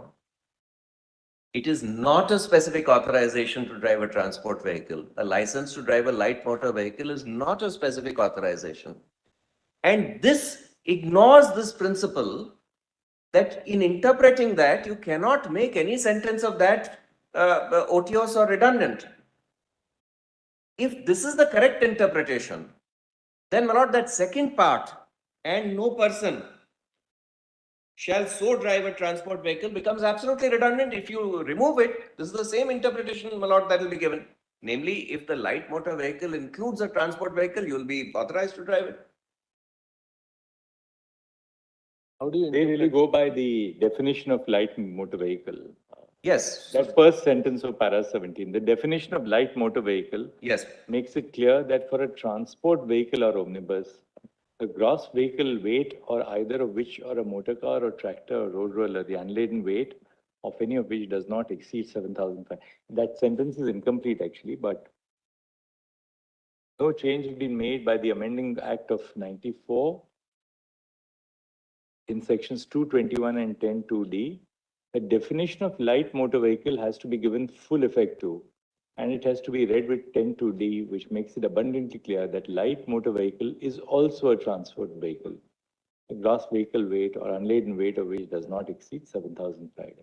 Therefore, my lord, this judgment goes purely by the definition. That only because the definition includes a transport vehicle, therefore, your license to drive a light motor vehicle includes a transport vehicle, but that totally. How do you want the definition to be interpreted? Lord, the definition is for various 221. other purposes According as to well. you. The definition, so therefore, the definition clause always says, unless the context otherwise requires. And therefore, my lord, it cannot be, this definition cannot be used for the purpose of section 3.1, particularly where the second part of section 3.1 says, and no person shall so drive a transport vehicle unless his driving license specifically entitles him to do so. What is the meaning to be given to the second part? If my lord, this judgment is correct, that you go only purely by the definition. Light motor vehicle includes transport vehicle. Therefore, a license to drive a light motor vehicle includes a license to drive a transport vehicle. Then what happens to the second part? What does specifically mean? Unless his driving license specifically entitles him so to do. And which is why your lordship sees the form specifically says authorization to drive a transport vehicle. Just see not that form that is quoted actually in the judgment. Your lordship has page 685 of the judgment.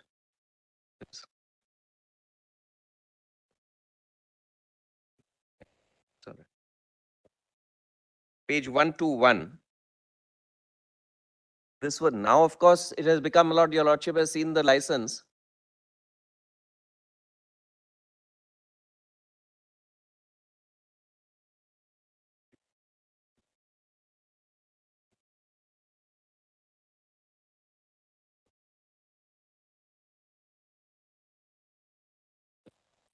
Word as defined.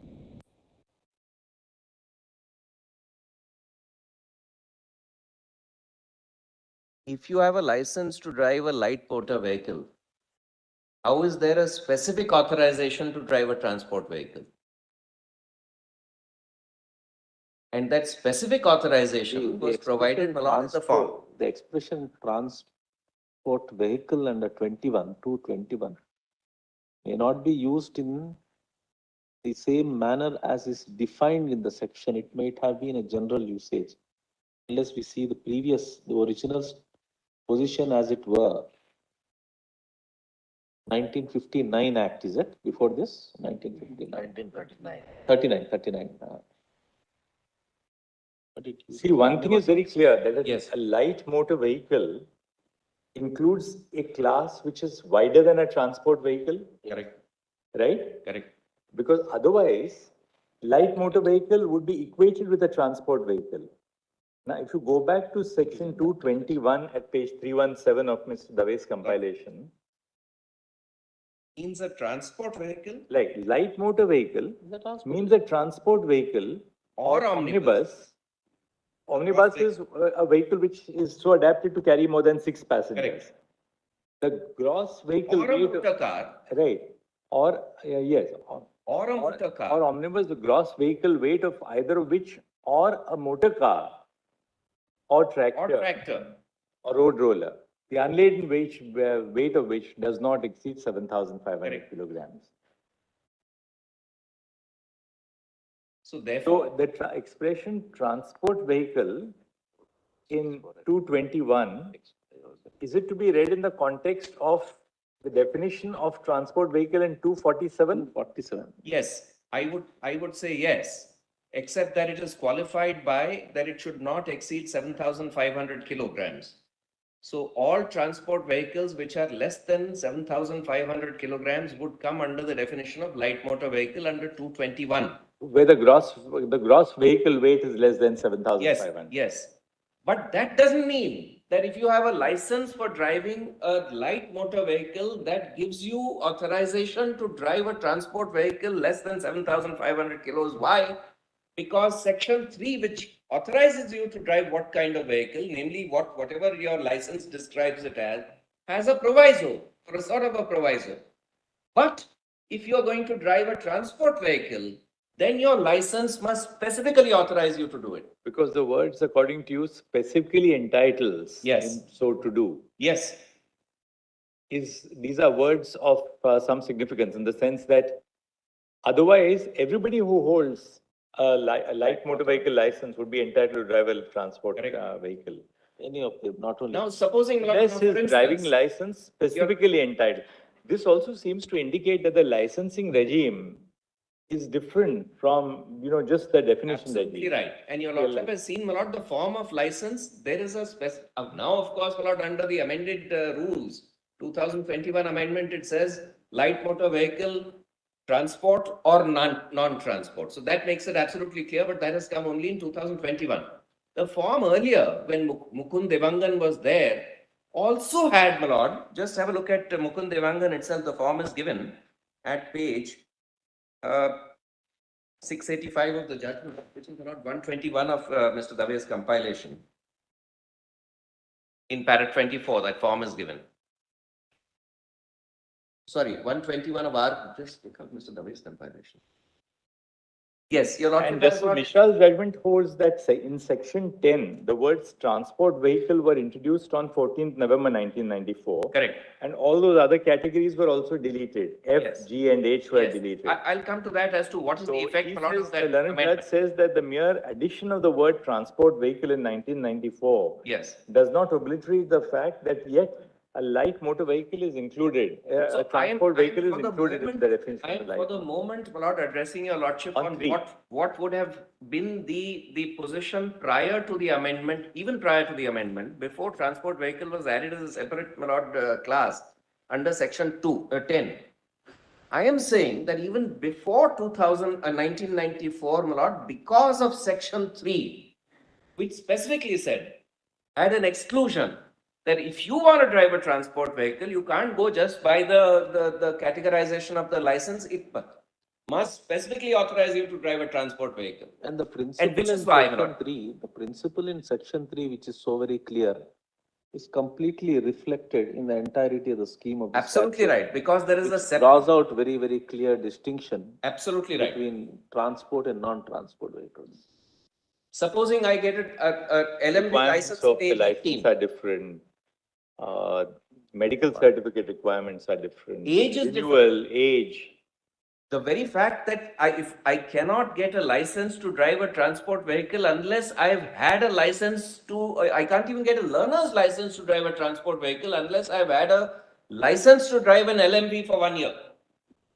Now, supposing, my lord, how is this judgment going to, my lord, reconcile all this? I get a LMV license at age 18, and according to that, my lord, actually, if the construction which was placed by the court was right, then these words had no reason. The legislature had no reason to introduce these words in the second part. Absolutely right. Not only the, Because then the first part would have been adequate. No person shall drive a motor vehicle in any public place unless he holds an effective driving license issued to him authorizing him to drive the vehicle. And that is why I cited that. The second part was brought in specifically to cover only transport vehicles. Right.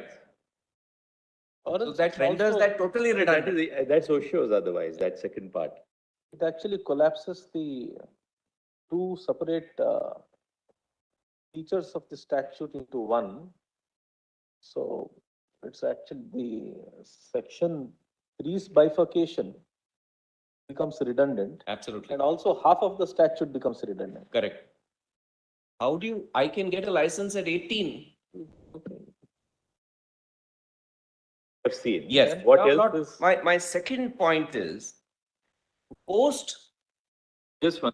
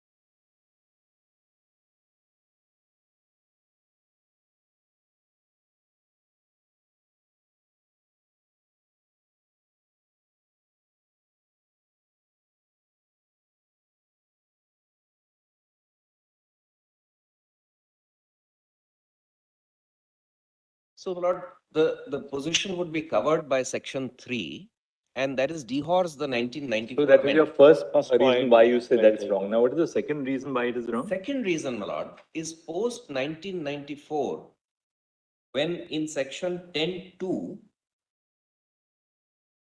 E to H were deleted and E became transport vehicle. Now you have a separate category in the form of the license itself, namely transport vehicle.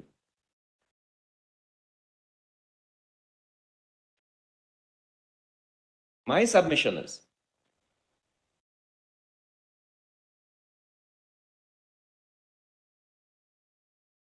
that the principle of generalia specialibus non derogant, or, my lord, the equivalent principle generalibus specialia derogant. The first of which means, my lord, that general things do not derogate from special things. The second of which is more important, is that special things derogate from general things. What is the second Latin word? It's generalibus specialia derogant.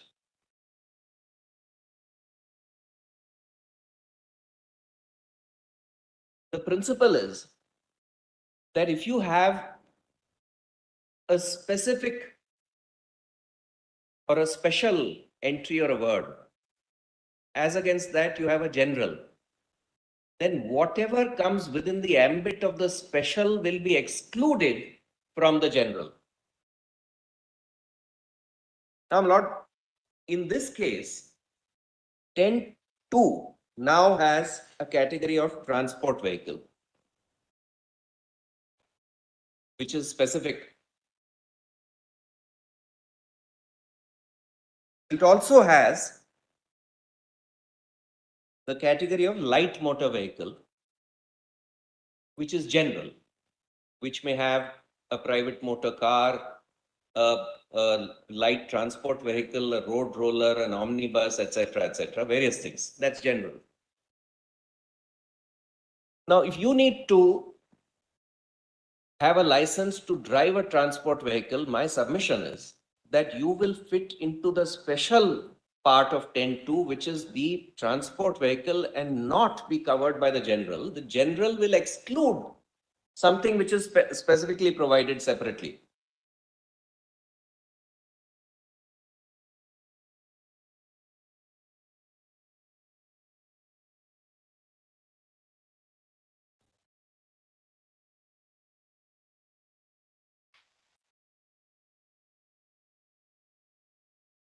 I'm not citing another Constitution bench judgment for this proposition. There are several. That is 1979 3 SCC 347. It's called State of Gujarat versus Patel Ramji Bhai Dana Bhai.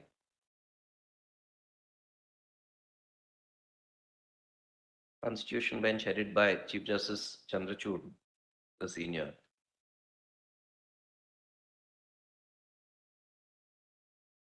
And I'll just take your lordship to a few paragraphs.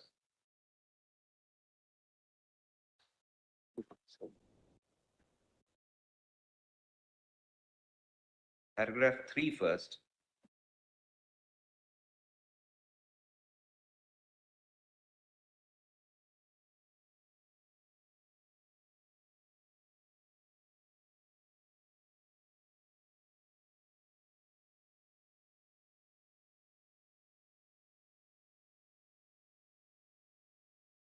Paragraph 3, my lord, of this judgment. The common question posed for our decision in all these appeals is whether any of the provisions in sections 33(6) and 35 of the Bombay Sales Tax Act, which are in para materia with section so and so of the Bombay Sales Tax Act 1953, the earlier act, offend Article 14 of the Constitution, and as such are void. The High Courts, tribunals, and the concerned appeals have answered this question in the affirmative, namely saying that it's arbitrary because you can invoke either of the two sections for a particular class of cases. Your Lordship may have paragraph 12. By a common judgment, dated 8th July 1970, the Gujarat High Court held that the provisions of section 33(6) and 35 overlap each other because all cases of escapement of assessment by a dealer can be dealt with at the sweet will of the assessing authority. Under either of these provisions, that a dealer who is subjected to the procedure provided in sections 33(6) will find it more onerous than the one in section 35, inasmuch as unlike the latter section, no period of limitation has been provided for taking action under section 33(6). No guidelines have been provided, and the choice of one procedure in preference to the other is left to the arbitrary whim of the assessing authority. On this reasoning, the High Court held that section 33(6) offends Article 14 of the Constitution. This was that old line of authority, Northern India caterers, that when Absolutely. there is a more rigorous sorts. procedure and a general procedure, then And- that violates Article 14. And you Then, have of a course, it choice was of overruled. going to 60, either it was or. overruled in 74. Correct. Yeah. Your Lordship may then have paragraph 23 where the sections are set out. How did they actually formulate it? Let's see how they formulate it. Just relevant shows of just a relevant principle, right? formulation, The the principle. principle. Yes. But just have paragraph 26. In fact, 25. An analysis of sections 33(6) of the 1959 Act corresponding to section 14(6) of the 1953 Act will show that it applies to that particular class of dealers liable to pay tax who, 1, fail to apply for registration as required by law, and 2, fail to pay the tax in respect of any period. Thus, 33(6) is in terms restricted in its application to the case of unregistered dealer whose modus operandi to evade tax involves ab initio disregard of the law. It does not apply to a registered dealer who has escaped assessment or has been under-assessed or assessed at a lower rate, or has been wrongly allowed any deductions or has concealed any material particulars relating to sales or purchases, or has knowingly furnished incorrect Yes, returns. got it, yeah. Yes, Mr. Bhushan, we've seen We'll that. go to the next. We'll Yes. go to the next. So then it goes on to cite the principle. So according to you, transport vehicles were brought in by amendment in 1994. Correct. Therefore, the general category of light motor vehicles would necessarily therefore have to be construed as excluding transport vehicles. Because if you want to drive a transport And vehicle, the definition is always unless something to the contrary appears in the text of the statute. Right. So this is totally not apart from the section. That's the 3 second reason why you have Yes, said that. that's the second reason. What is the next point now? Now, my lord, the reason for exclusion of transport vehicles from the license to drive an LMV, that you need a specific authorization, what is the reason? I mean, why have they done this? Please have a look at what transport vehicles are. See the definition.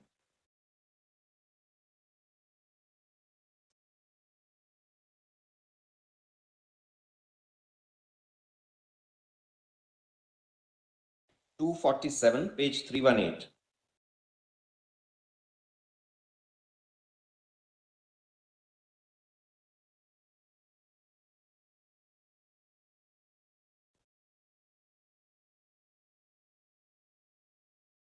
And my lord, just to sort of continue with the last one about that 10(2), the special and general. Mukul Devangan deals with it by saying that 4 categories were removed and transport vehicle was added. That is medium, passenger and goods, heavy, passenger and good. These were the 4 which were removed and transport was added. Therefore, my lord, Mukul Devangan says, therefore the entry transport vehicle there would be deemed to be only medium or heavy transport vehicles, because you have replaced those 4 with transport vehicle. Those have been deleted and transport vehicle has been added. Therefore, it will be deemed that transport vehicle as added in 10(2)(e) now will only be medium or heavy. Those which were excluded. Those which were excluded. Now, Lord, it doesn't say, the entry doesn't say transport vehicles other than light motor vehicles. It just has transport vehicles, all kinds. Now, merely because 4 were excluded. That's the point.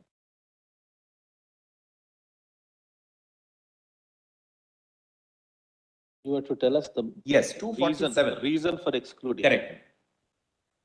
Transport vehicle means a public service vehicle, a goods carriage, an educational institution bus, or a private service vehicle. Now just see the definition of public service vehicle, which is lot 35.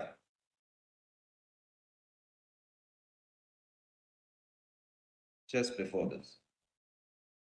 Means any motor vehicle used or adapted to be used for the carriage of passengers for hire or reward, and includes a maxi cab, a motor cab, transport carriage, and stage carriage. So you're carrying passengers. Normally, in a private car, you're carrying yourself and people who know you, and therefore who can trust you.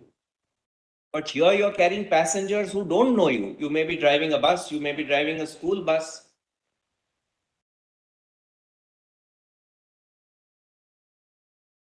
And therefore, people, strangers to you, are putting their lives in your control.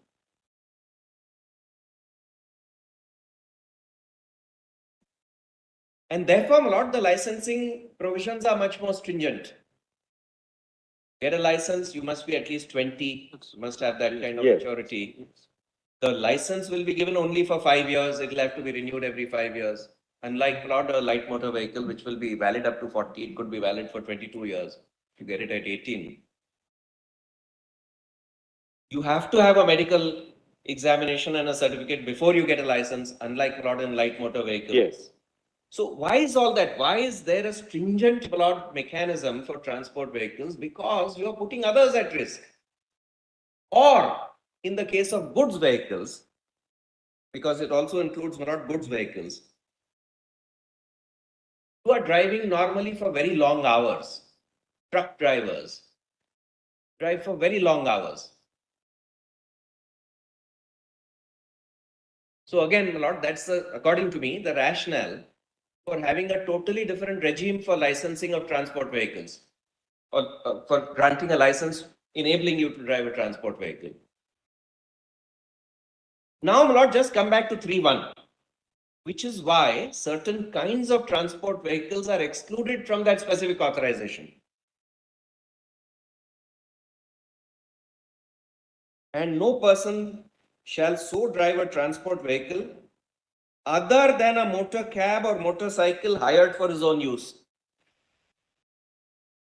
So a motor cab may be a transport vehicle, but if you hire it for your own use, then you're not putting others at risk.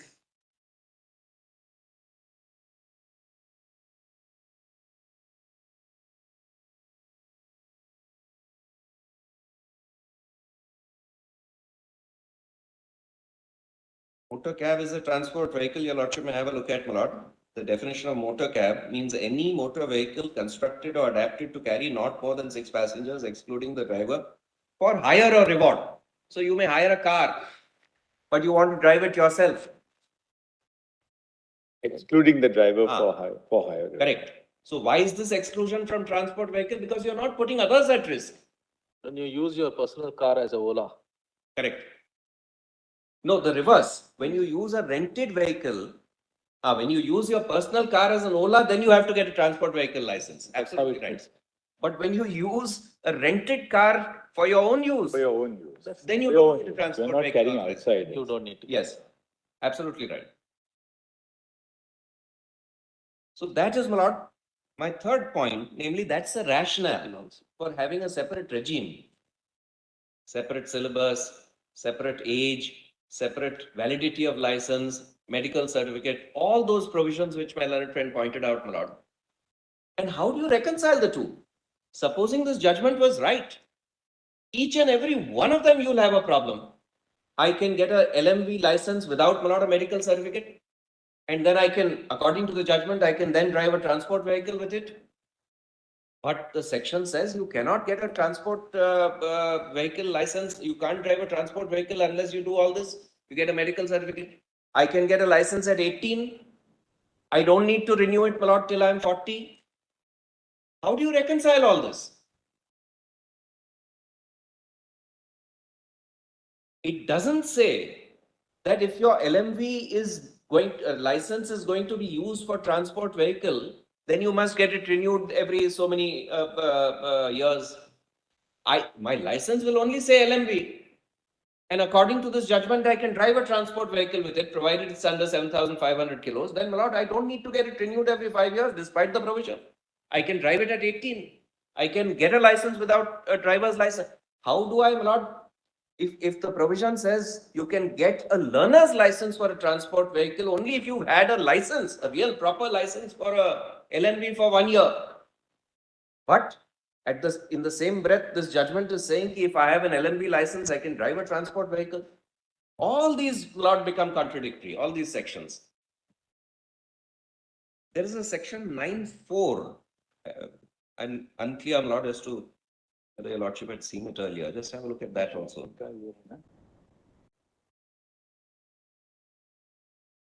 Sir, can we come back at Yes. 2 o'clock? Lordship, please.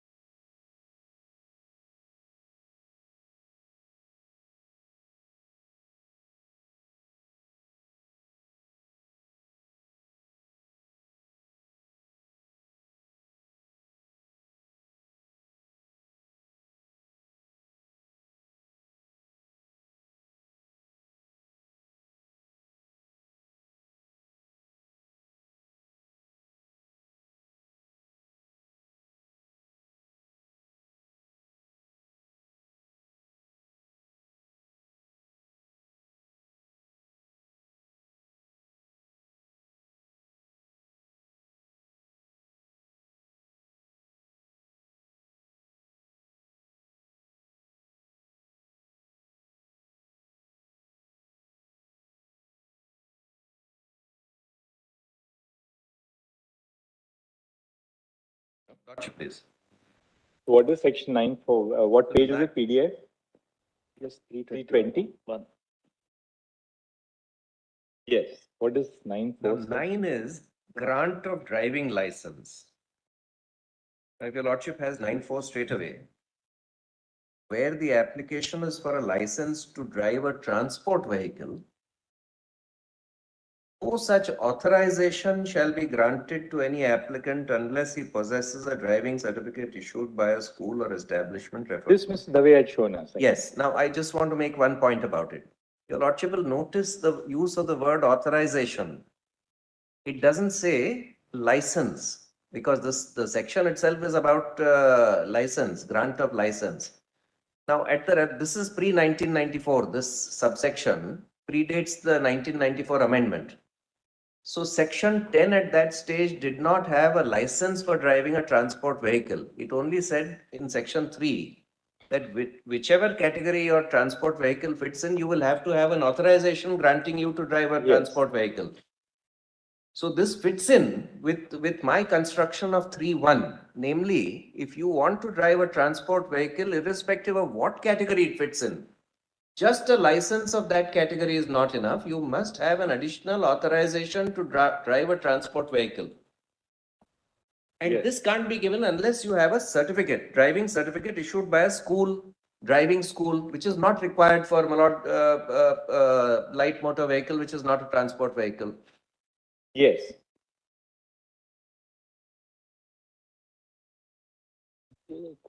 Now, I just want to make one more point, and that is again relating to section 10.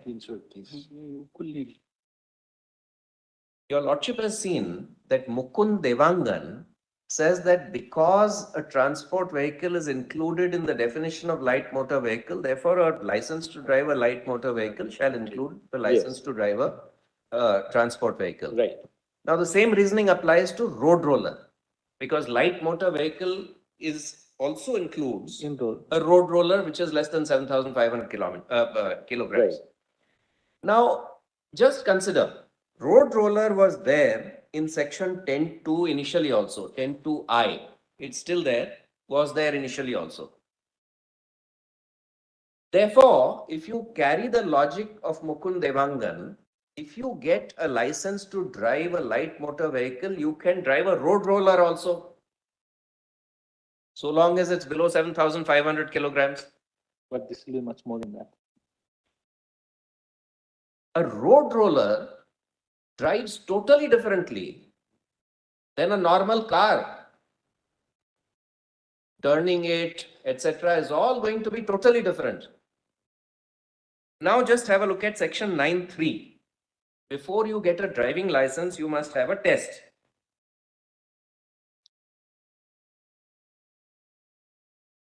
If the applicant passes such test as may be prescribed by the central government, he shall be issued the driving license.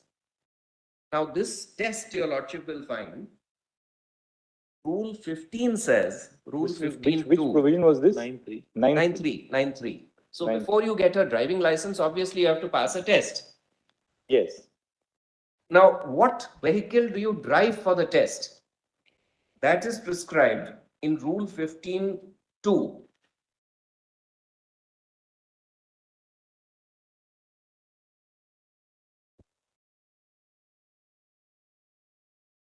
Page 443.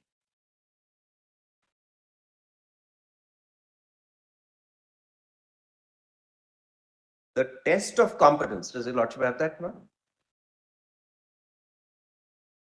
Yes. The test of competence. This is under the heading driving test. The test of competence to drive referred to in subsection 3 of section 9 shall be conducted by the licensing authority or such other person as may be authorized in this behalf by the state government in a vehicle of the type to which the application relates. Now, supposing your application is for a light motor vehicle. You go in a Maruti 800 car.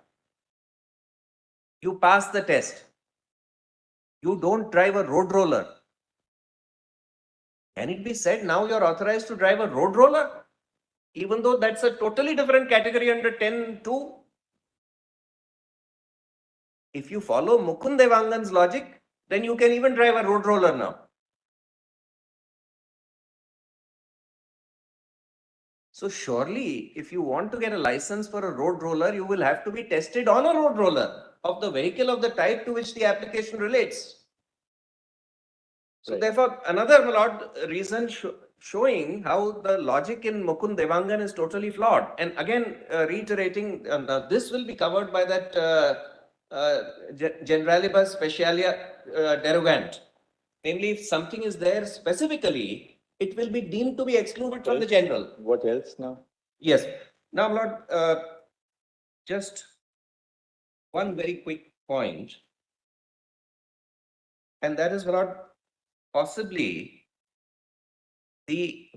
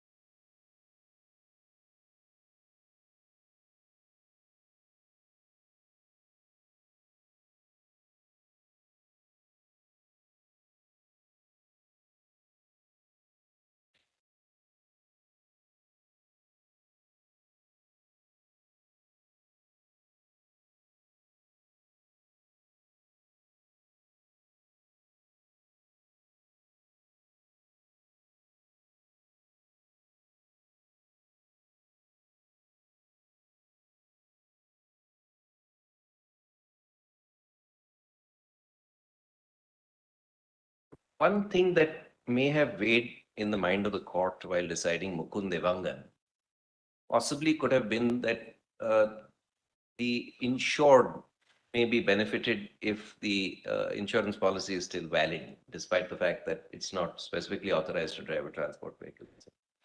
What they didn't notice is that this will jeopardize other road users. Namely, if you permit somebody who has just a light motor vehicle license and permit him to drive a transport vehicle, 7,500 kilos is actually quite large. I mean, the normal car, a Maruti 800 is less than 1,000 kilos. A reasonably large, like a Fortuner or something, is about 2,000 kilos. So 7,500 would be a medium-sized bus. Now, to permit somebody to drive a medium-sized bus, even though he has been tested on possibly a Maruti 800 car, would jeopardize other road users. So, while on the one hand, you may be saying that, all right, this will benefit some insured who would otherwise lose the benefit of that insurance. But on the other hand, But you're speculating on the reasoning, possible reasoning. possible. That is Yes, not yes. indicated. I'm in only your- saying, Lord, that in case this issue arises, the fact of the matter is that, of course, we have to go purely by the act. But in sort of benefiting some persons who may otherwise lose insurance, we can't jeopardize other road users by permitting people who would otherwise not be competent to drive that vehicle, especially in view of the specific exclusions under 3(1), etc. Now, Lord, just one thing I want to say, which may not be related with the outcome of this case, and that is that amendment of 1994. If your Lordship sees, Lord, all those medium, heavy, etc. have been removed, and they have all now been brought under the umbrella of transport vehicle, irrespective of the weight. Now, transport vehicle could be a small, one of those three-wheeler goods carriers, which may be reasonably light and very small. It may be something with a trailer carrying a container, which is huge. Now, your Lordship has seen under section Rule 15, section 9.3 and Rule 15 that you are tested on the kind of vehicle that you are applying for. You are applying for a transport vehicle now. You may be tested on one of those small little things, something which is colloquially called the chota hathi. I don't know if your Lordship has heard that phrase. The very small three-wheeled goods vehicle. You may be tested on that, and then you become licensed to drive a huge trailer with a container. Now, earlier that was not the case. So this amendment may be ill thought of, because you may be tested on a very small vehicle and now you're permitted to, of course, it doesn't make any difference to our case. Well, our case doesn't depend on that. Just a small aside that I'm pointing out to your Lordship, Lord, if your Lordship feels that something needs to be said about that. Thank you, Mr. I'm very, very grateful to you. Thanks, Mr. Bhushan. Thank you. Yes, Mr. Kaul. Just one last thing, Lord. Yes, sure. And that is question that may arise is, why do you define light motor vehicle with all these different classes? And the answer may be, Lord, in Rule 34.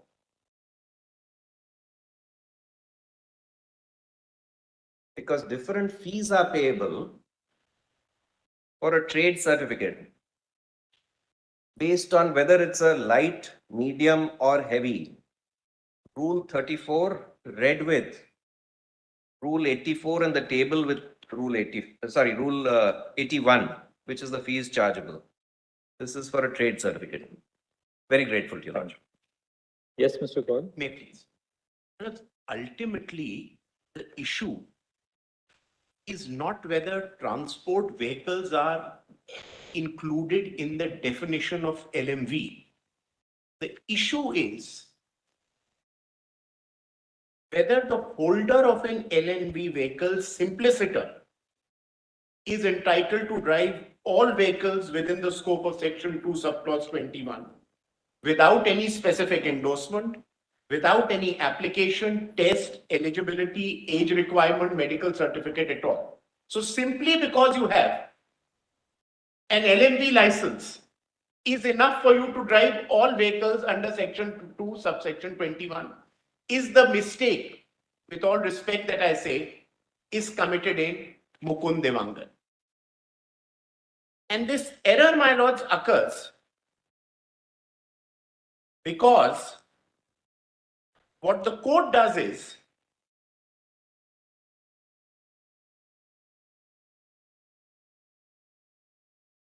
to say that under section 2 subclause 21, LMV includes transport vehicle, and even after the amendment of section 10 subclause 2 subclause D, LMV still stands as an independent category, quite apart from the transport vehicles which consolidate heavy and medium vehicles.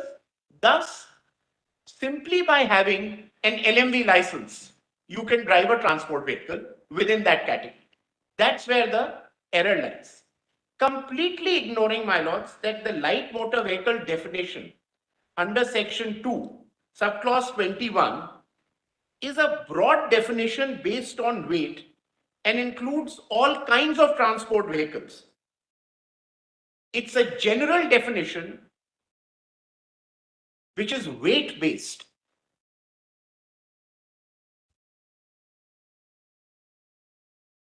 But that does not imply that the licensing regime or the eligibility restrictions for all kinds of LMVs remain the same. That's the error. It's a general description, a definition which is weight based. But to say that the entire licensing regime, all the eligibility conditions now need to be that of an LMV and not of a transport vehicle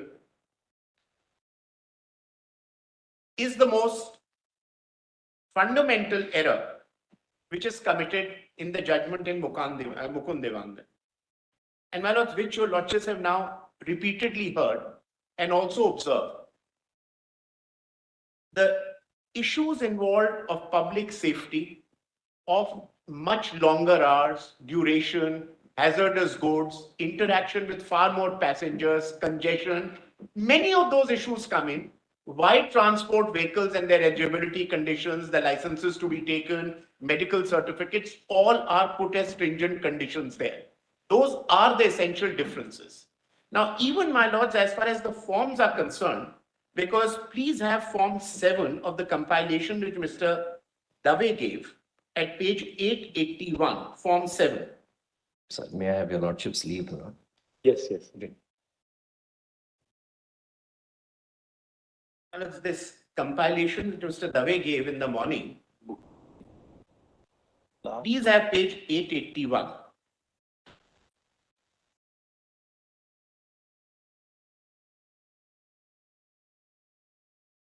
Different form with. My lords have page. Let's kindly see even issue date, validity, NT, validity, transport. Yes. Provided there. Please have the other page, 882. Class of vehicles, there's a two-wheeler, there's a car, and it all says light motor vehicle, transport, and then again categories, please see NMV, could be a transport or could be a non-transport. Yes. The categories are provided there. Right. That is Now to say that I have an LMV license and thus I am entitled, even I was looking at my old license, which was 2018, before the 2019 amendment came in. There it simply said LMV, but below it, it said validity T, in my case, non-applicable, validity NT, and the date was given, non-transfer. So this has inherently always been there given the scheme of the Act. Now kindly see this with the form also in Form 4 that used to be there, Form 6 which used to be there in Mukund Devangan. Please have page 78 of this very compilation.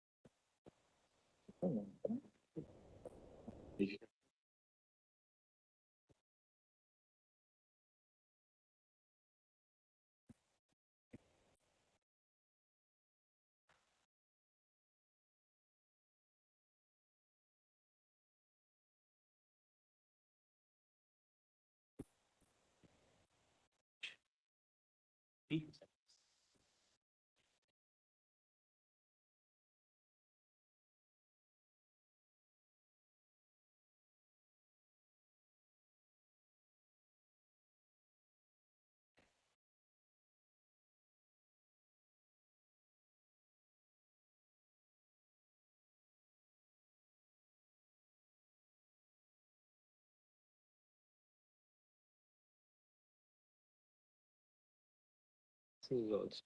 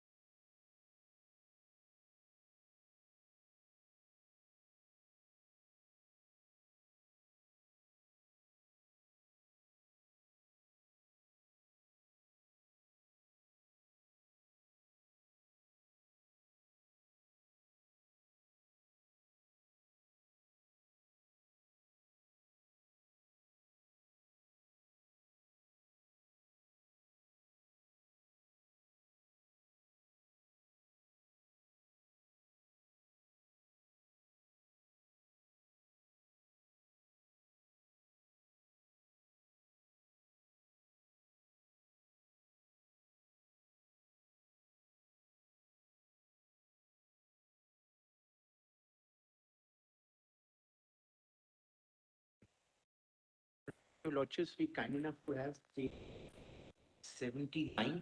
We were just talking about the stick shift age, you know, the stick shift gears. Yes, yes, yes. Today's generation will not know what they are. Everybody is used to automatic. But things have a knack of coming back. We never know. Someday it may become the fashion again to drive those cars. Like the turntable. Like the turntable. Would your Lordships be kind enough to have page Turntable has become 79?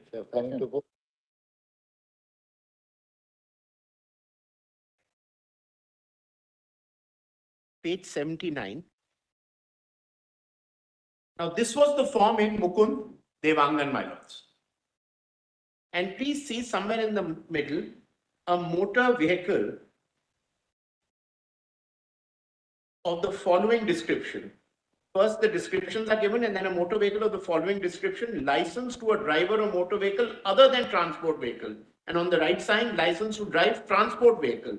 And then below it, authorization to drive transport vehicle. So there has always been a specific authorization. Yeah, we had seen that actually earlier. Yeah. Now, my lords, I'll quickly just sum up 2 or 3 provisions and the crucial errors as I see in 3 or 4 paragraphs, and I'm not going to trouble your lordships with the paragraphs again. Para 17 of Mukund Devangan, my lords, as I had respectfully submitted to your lordships, commits the error of saying that because under 2 subclause 21, LMV includes the transport vehicle, and since under section 2 section 10 subclause 2 subclause D, it still retains its position under That you said, D. yes. Thus, a license is enough. The next error is para 21, my lords, where the court goes on to say that an amendment would be required to bring the transport vehicle outside the category of LMVs. And since that is not done by the legislature, a transport vehicle of a light motor category does not require a separate registration. Now, one of the 2 fundamental errors in that are that no one is denying that transport vehicle below a certain weight is including in the LMV category. The problem doesn't lie there. The problem lies in your applying the same licensing regime and eligibility criteria to transport vehicles, not of a certain weight being categorized under the LMV category. So there is no amendment required. It can surely be because LMV below a certain weight covers many things, covers many kind of vehicles. Thirdly, my lords, again in para 21, the error is that the intent behind the 1994 amendment is again referred to say that they retain their separate positions. Thus, a category of a transport vehicle which covers heavy and medium is separate from the category of a transport vehicle which covers LMVs. Yes. That's the third point given. What is the third point? The third point given is, my lords, that the intent of the 1994 amendment Yes. was to combine what used to exist in 10 pre-amendment, that is category E to H,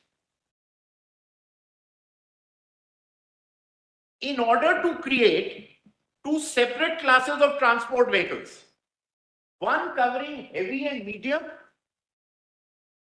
and the other covering vehicles weighing less than 7,500 kgs.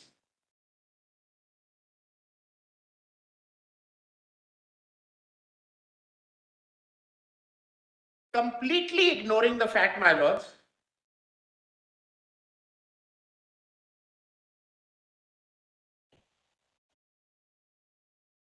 that knowing fully well that LMVs include transport vehicles below 7,500 kgs under section 2 subclause 21, the legislature still retains LMV as a category and retains transport as a blanket category. Now, if the legislature intended that this will only cover heavy and medium, the transport, it could have specified it therein. It doesn't do that. And rightly doesn't do it because eligibility conditions, requirements are all different. So all that is done is a simplification of procedure. All transport vehicles at one place, light motor vehicles at one place. Now to correlate it and say 221 LMB covers transport and thus nothing requires is the error. Next, my lords, is para 25.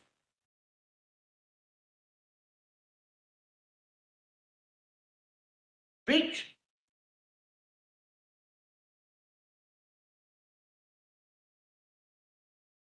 completely ignores section 14 of the Act, where different validity periods are provided. And it again embarks and says that this is only in the form. The form cannot override the statute.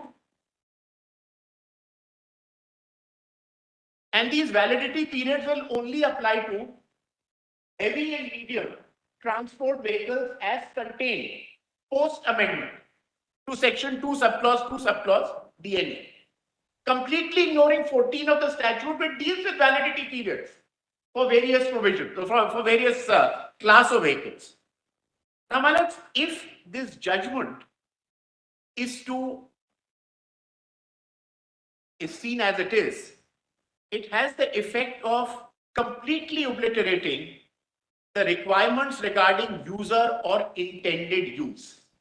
And I'll end, my lord, with those 4 or 5 statutory provisions again, because as I see it in all humility, the Act is user-based, is utility-based. It's the usage which is to be given importance. It picks up a section, the weight contained therein, and completely obliterates the requirement of usage. And lodges have again and again seen these sections, but just 4 sections, if your lodges were to have for a minute. And I'll just run through those 4 sections and I'm done. Section 2, my lords, for a minute. Driving license means the license issued by a competent authority. Section 2, which is a provision? Subclause 10, page Yes. 316. Yes. Mr. Dave's compilation. Yes, driving license. Driving license means the license issued by my lord the Chief Justice. Yes. A driving license means the license issued by a competent authority under Chapter 2, authorizing the person specified therein to drive otherwise than as a learner a motor vehicle or a motor vehicle of any specified class or description. Then Section 2, subclause 21. Light motor vehicle means a transport vehicle or omnibus, the gross vehicle weight of either of which, or a motor car, or tractor, or road loader, the unladen weight of any of which does not exceed 7,500 kilograms. Now, my lords, Section 2, subclause 47, which is on page 318. And I should have given the page. Actually, Section 2, subclause 21 is on page 317. And Section 2, subclause 47 is on page 318.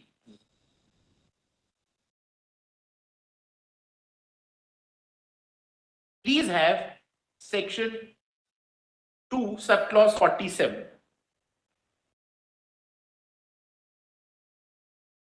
Transport vehicle means a public service vehicle, a goods carriage, an educational institution bus, or private vehicles. Now, my lords, each of these, the public service vehicle is defined in Section 2, subclause 35. Private service vehicle is defined in Section 2, subclause 33.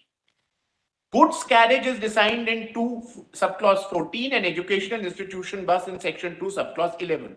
Now, my lords, each of these categories, please see the terms they employ. The terms employed are used, adapted to be used,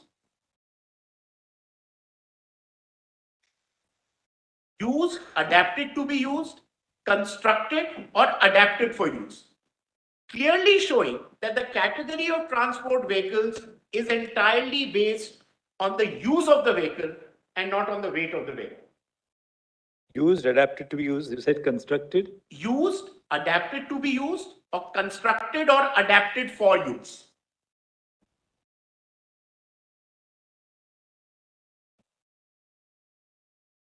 Each of these are clearly based on the use of the vehicle, not on the weight of the vehicle. And as that example has been repeatedly given to your lordships, there could be a vehicle of less than 7,500 kg with hazardous goods, school children being ferried. So many instances, long hours on the road. So do we obliterate all those restrictions and conditions as contained in the statute? Then, my lords, the next section is section 3. Since it's user-based, not user-based. Section 3, subclause, section 3 on page 319.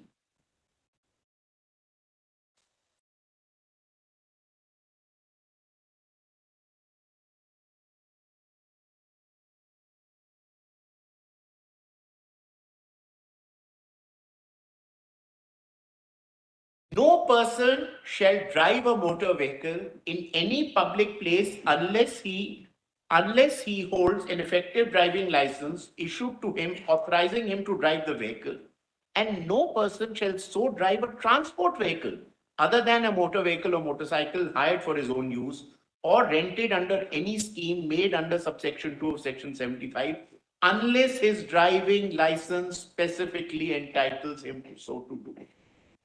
Read with my lord section 10 for a minute, and then I'm done as far as the statutory provisions are concerned. Do we have the?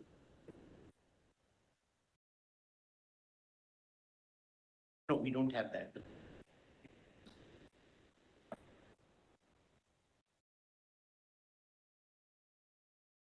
fact, my lords, I'll also hand over the pre-amendment section 10 because that may be of some assistance to your lordships to say that earlier, my lords, the category of light motor vehicle remains.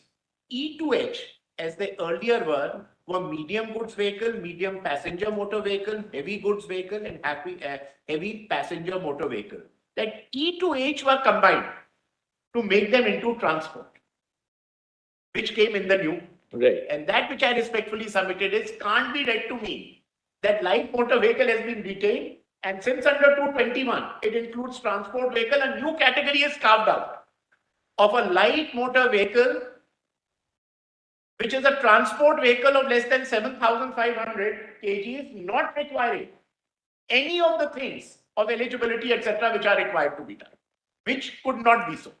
Lastly, my lords, a few judgments I'll just leave with your lordships, which have already taken the view that we are today canvassing before your lordships. And I'll just leave those two judgments with your lordships.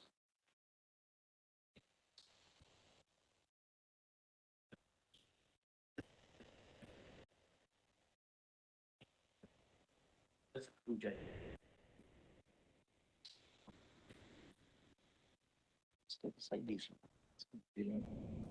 These two, right? My lords, one is New India Assurance Company Limited versus Prabhulal, 2008, Volume 1, SCC 696, paras 42 and 43.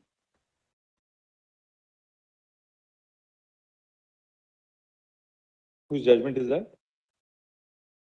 Manoj, it's part of the compilation, page Who wrote 118 to 133. All right. And then second is Oriental Insurance Company versus Angad Kohl, 2009, Volume 11, SCC 356, paras 13 to 16. This is in the compilation, pages 139 to 146. And the first one?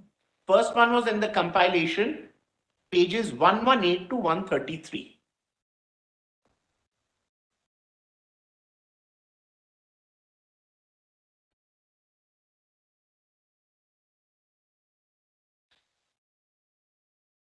Yes. And both, my lords, before Mukund Devangan had differentiated between the two kinds of licenses, the two kinds of classes of vehicles, the eligibility requirement, both had dealt with it.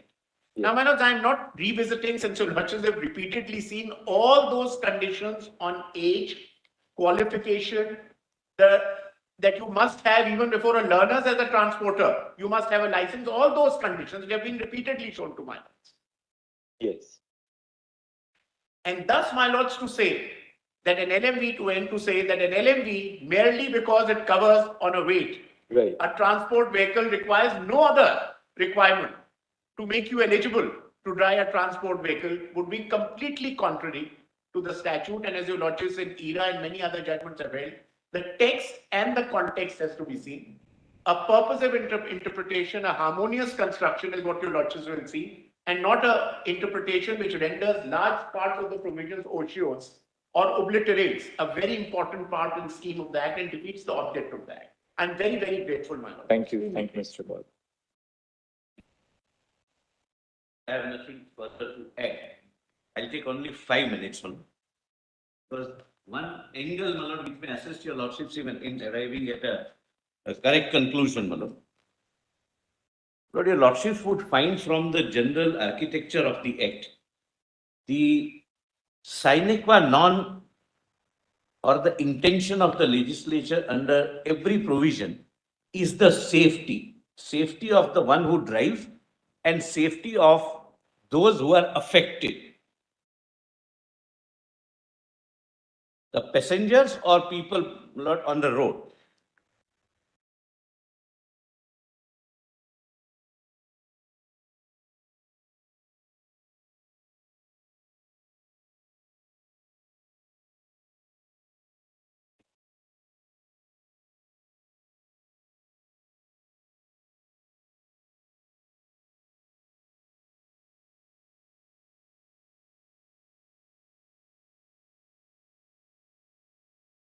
Yes. Lord, keeping this overarching parameter or in legislative intent in mind, the act is divided into several regimes, one of which is licensing regime.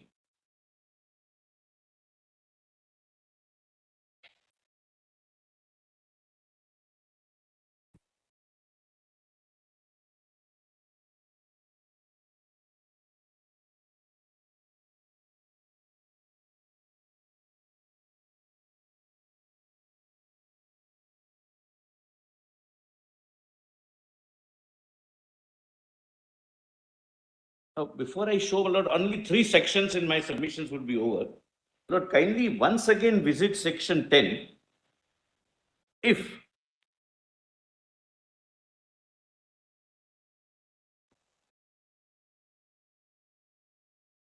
section 10.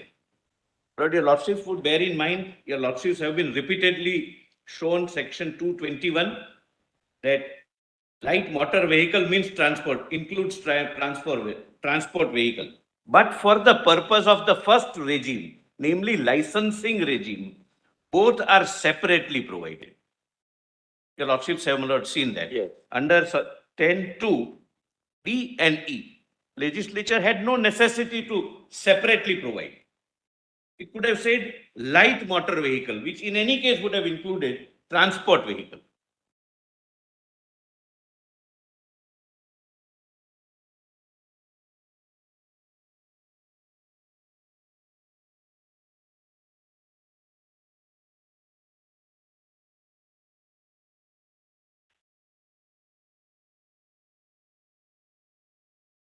Yes. Then the question would arise, why section 221 provides for a separate weight? What is the significance? What is the statutory importance of the term weight? 700, 7,500 and 12,000 respectively for light and heavy motor vehicles. Lord, that is for a different regime, which my lords would find from section 130. Again,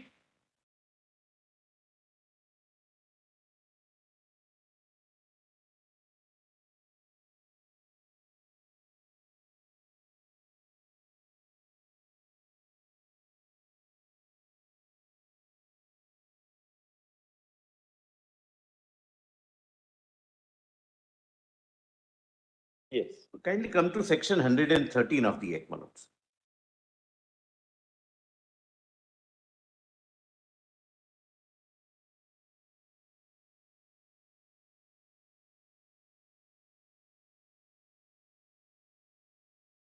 113 Motor Vehicles Act, my lords.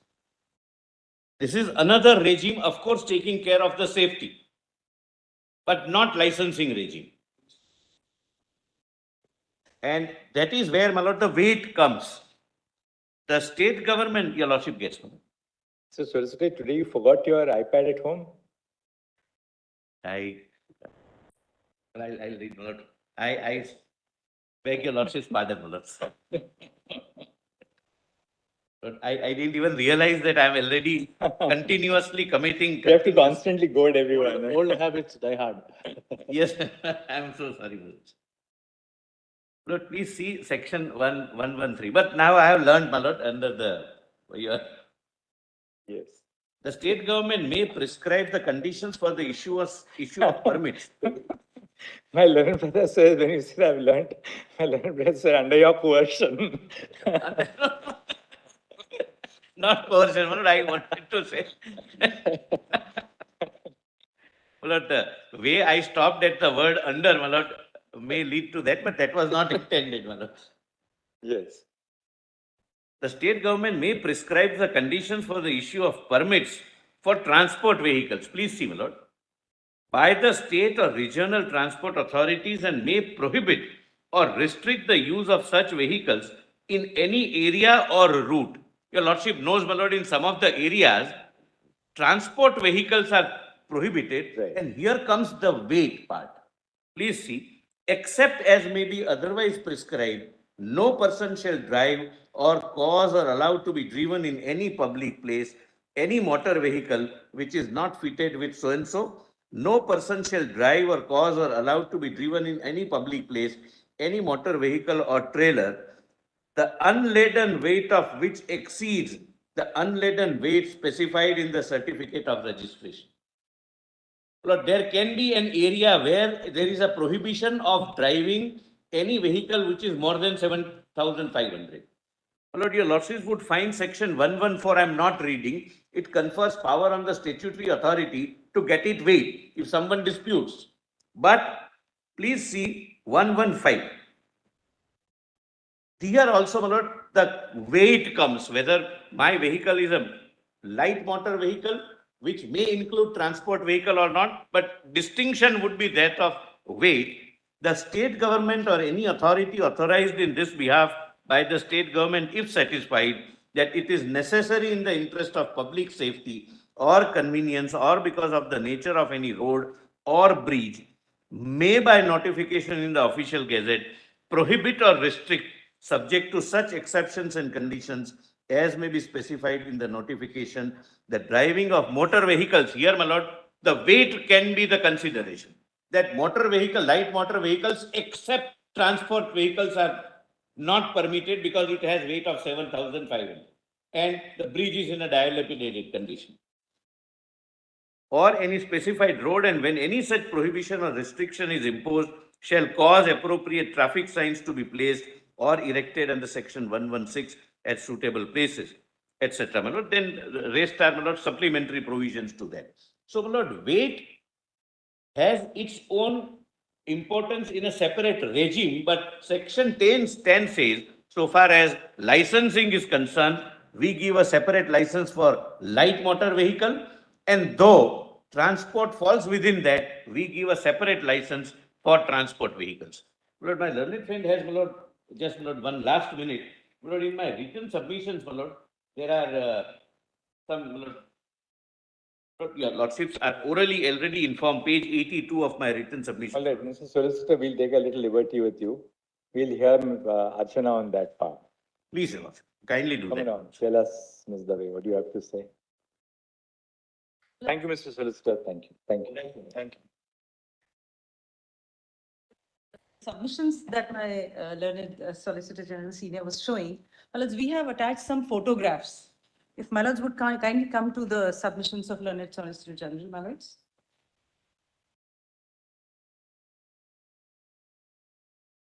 Annexure A4, my lords.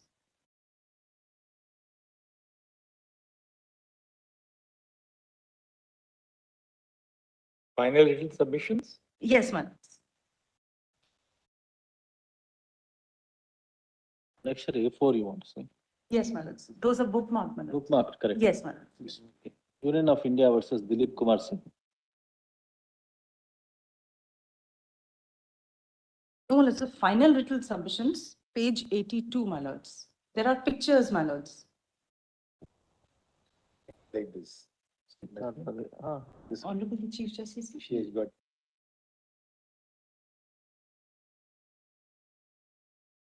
here from that. My lords, so this, my lords, the first picture, my lords can see it's a school bus. And the weight, the gross vehicle weight is 7450 kg. So going by, my lords, what Mukund Devangan says, it means that anybody who's holding an LMV license would be able to drive this vehicle. So, my lords, it is basically the use for the licensing regime. It is the use which is important. As it was also discussed earlier, weight can also be for tax purposes, like my learned senior Mr. Dave pointed out. And also with regard to which road you are traveling, as my learned senior Solicitor General just now pointed out, in section 113, 114 and 115. But my lords, only to see that 221 has to be seen for the licensing regime, in my most humble submission, my lords, is contrary to the statute and rules, as we have already seen.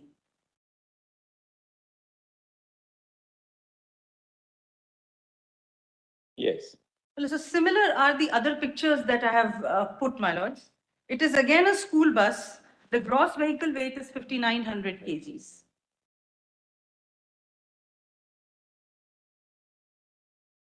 You should impact. Yeah, right next.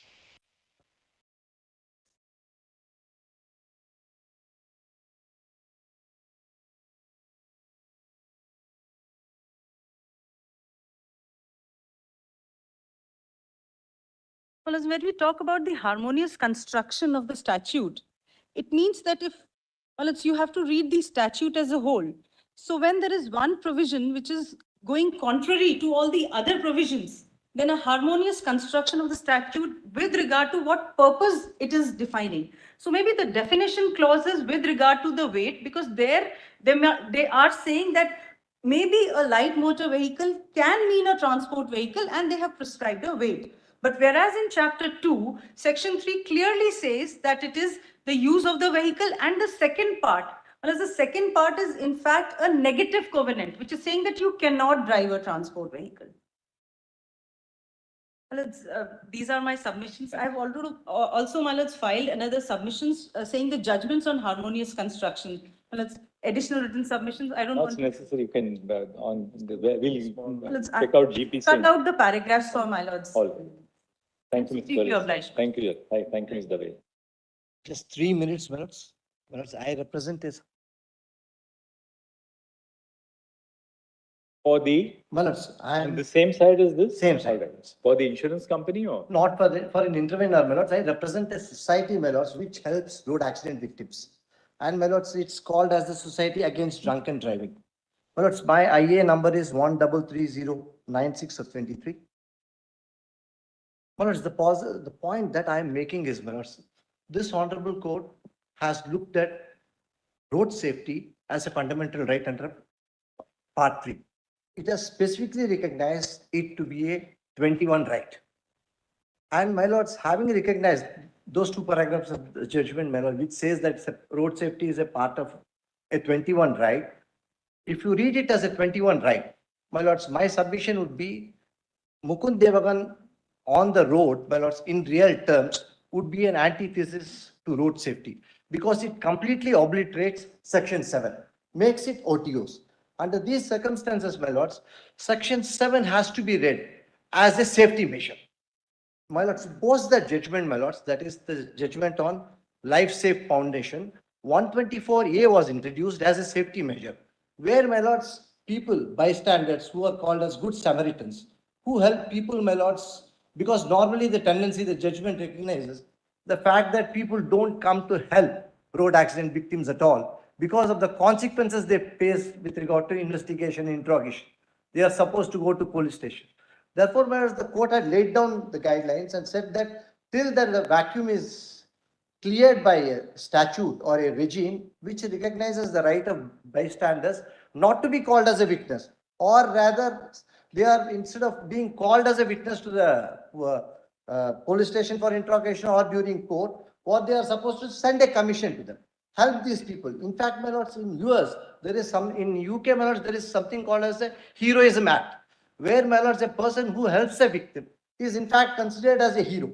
And thereafter, my lords, they are given certain special recognition by the society itself, so that this sort of road accidents or in a way, my lords, stopped, or at least, my lord, to extend. Now, your lordship may kindly see that judgment. That is, my lords, 2016 7 SCC 194, which considers it as a part 3 right. 2016 7 SCC 194. Lordship may kindly look at page 208.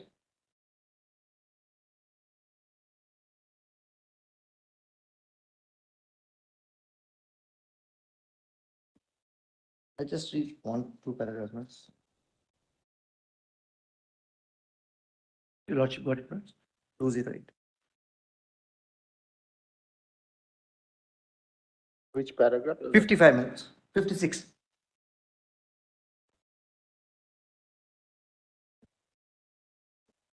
Yes, we saw that. Yes. 55. 56 minutes. I repeat 56. 56 and then 58 minutes for this.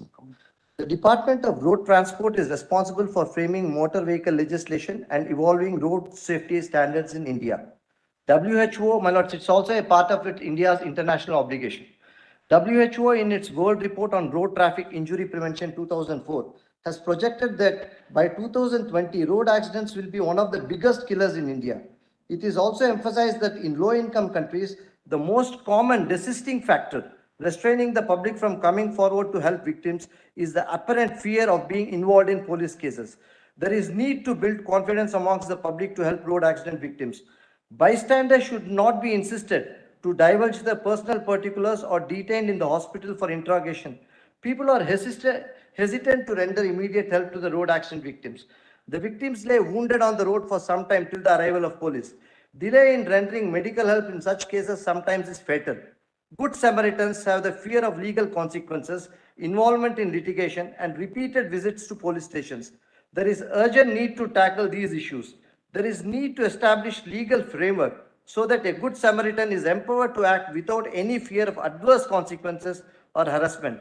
Saving life must be the top priority. Several countries have enacted such laws. Now, your lordship may skip over and come to paragraph 57, my lords, at page 209, where they say it's a part of a part 3 right.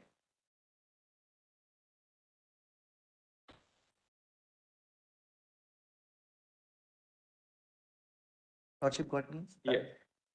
Accident cases require fastest care and rescue, which could be provided by those closest to the scene of the accident. Bystanders' clear support is essential to enhance the chances of survival of victim in the golden hour, that is the first hour of the injury. As per the WHO India recommendations, 50% of the victims die in the first 15 minutes due to the serious cardiovascular or nervous system injuries, and the rest can be saved through by providing basic life support during the golden hour. Right to life is enshrined under Article 21, which includes right to safety of persons while traveling on the road, and the immediate medical assistance as a necessary corollary is required to be provided, and also adequate legal protection and prevention from harassment of good Samaritans to good Samaritans. Therefore, my lord, this contemplates the realistic situation that exists today. And therefore, my lord, this court found that there is a vacuum, brought it within the regime of Article 21. Otherwise, there was a legal vacuum here. Brought it under the legal, within the purview of 21. And thereafter, my lords, this led to an amendment. The lordship may kindly see 124A of the Act minutes. Not an amendment, not a new incorporation. I'm sorry. 134A.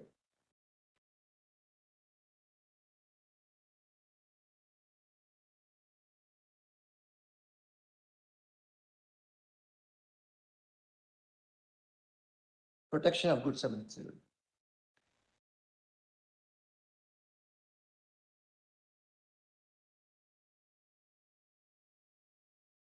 124. 134A. Oh, 134. I'm sorry. 134, capital E. Calls us. Yeah. A good Samaritan shall not be liable for any civil or criminal action for any injury to or death of the victim of an accident involving a motor vehicle where such injury or death resulted from the Good Samaritan's negligence in acting or failing to act while rendering emergency medical or non-medical care or assistance. Well, he is not visited with any civil consequences or even criminal consequences, a direct fallout of this judgment. And two, my lords, the central government may, by rules, your lordship may ignore this, come to, my lords, the explanation of this. For the purpose of this section, Good Samaritan means a person who in good faith, voluntarily and without expectation of any reward or compensation, renders emergency medical or non-medical care or assistance at the scene of an accident to the victim or transports such victim to the hospital. So, my lords, this is a safety wall, this is a safety measure. And my lords, if you contradistinct it with section 7, my lords, which, my lords, today, which is totally a non-safety measure, which takes away, because section 6, 7, my lords, clearly makes a distinction. My lord, just visualize the situation where any of us who are having a normal valid license, taking bus children to school, or my lords, taking a road roller. But these situations are situations, my lords, which fall of 140-21, and it should be considered as a safety measure or a, my lords, a safety section or a safety valve section. Semantics do not matter, but the fact remains that section 7, more than the semantics, has a bigger role to play, my lords, seen in the context of Article 21 as well as 124 capital A, my lords. 124 capital A came subsequent to 7. Therefore, I recognize the principle that the regime has to be strengthened with regard to making it more stronger so that it's better, easier, safer for the people rather than section 7, my lords, should not be made. Thank you. Deeply obliged, Minister. Please, Lordship. Lordship, I appear in item number 11, 48 and 51, as circulated by written submissions in item number 11. Lordship, essentially, I'm addressing your Lordships on the issue of a possible scenario if your Lordships hold that the law laid down in Mukund Devangan is not right. I've indicated 3 scenarios, your Lordship. May I please have my written submissions, the question of law which I have formulated.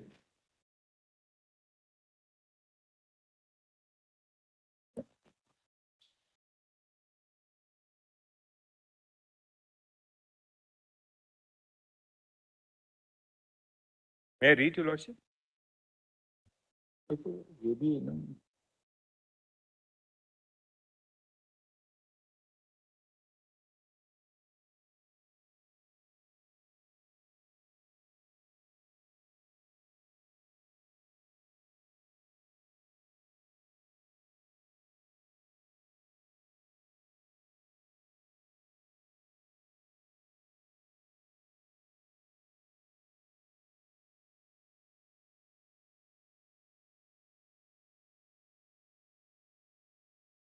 Eleven, 11, 48 and 51, madam. 48.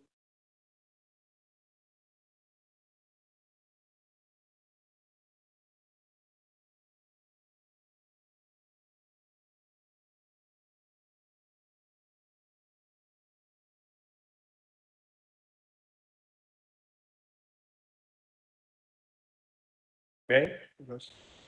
Mr. Solicitor, in our section, in the 370 matter, which will start next week, Yes, sir. if you can just make sure that the 2 nodal counsel prepare the written submissions, the compilation with continuous pagination. Yes, sir. They'll have to both just, sides. of both sides, with one continuous pagination. It could be in book form, so that, one book could be, the precedents which are relied upon by the petitioners, other documentary material, likewise for the respondent. But let it all be in a continuous pagination. Yes, yes.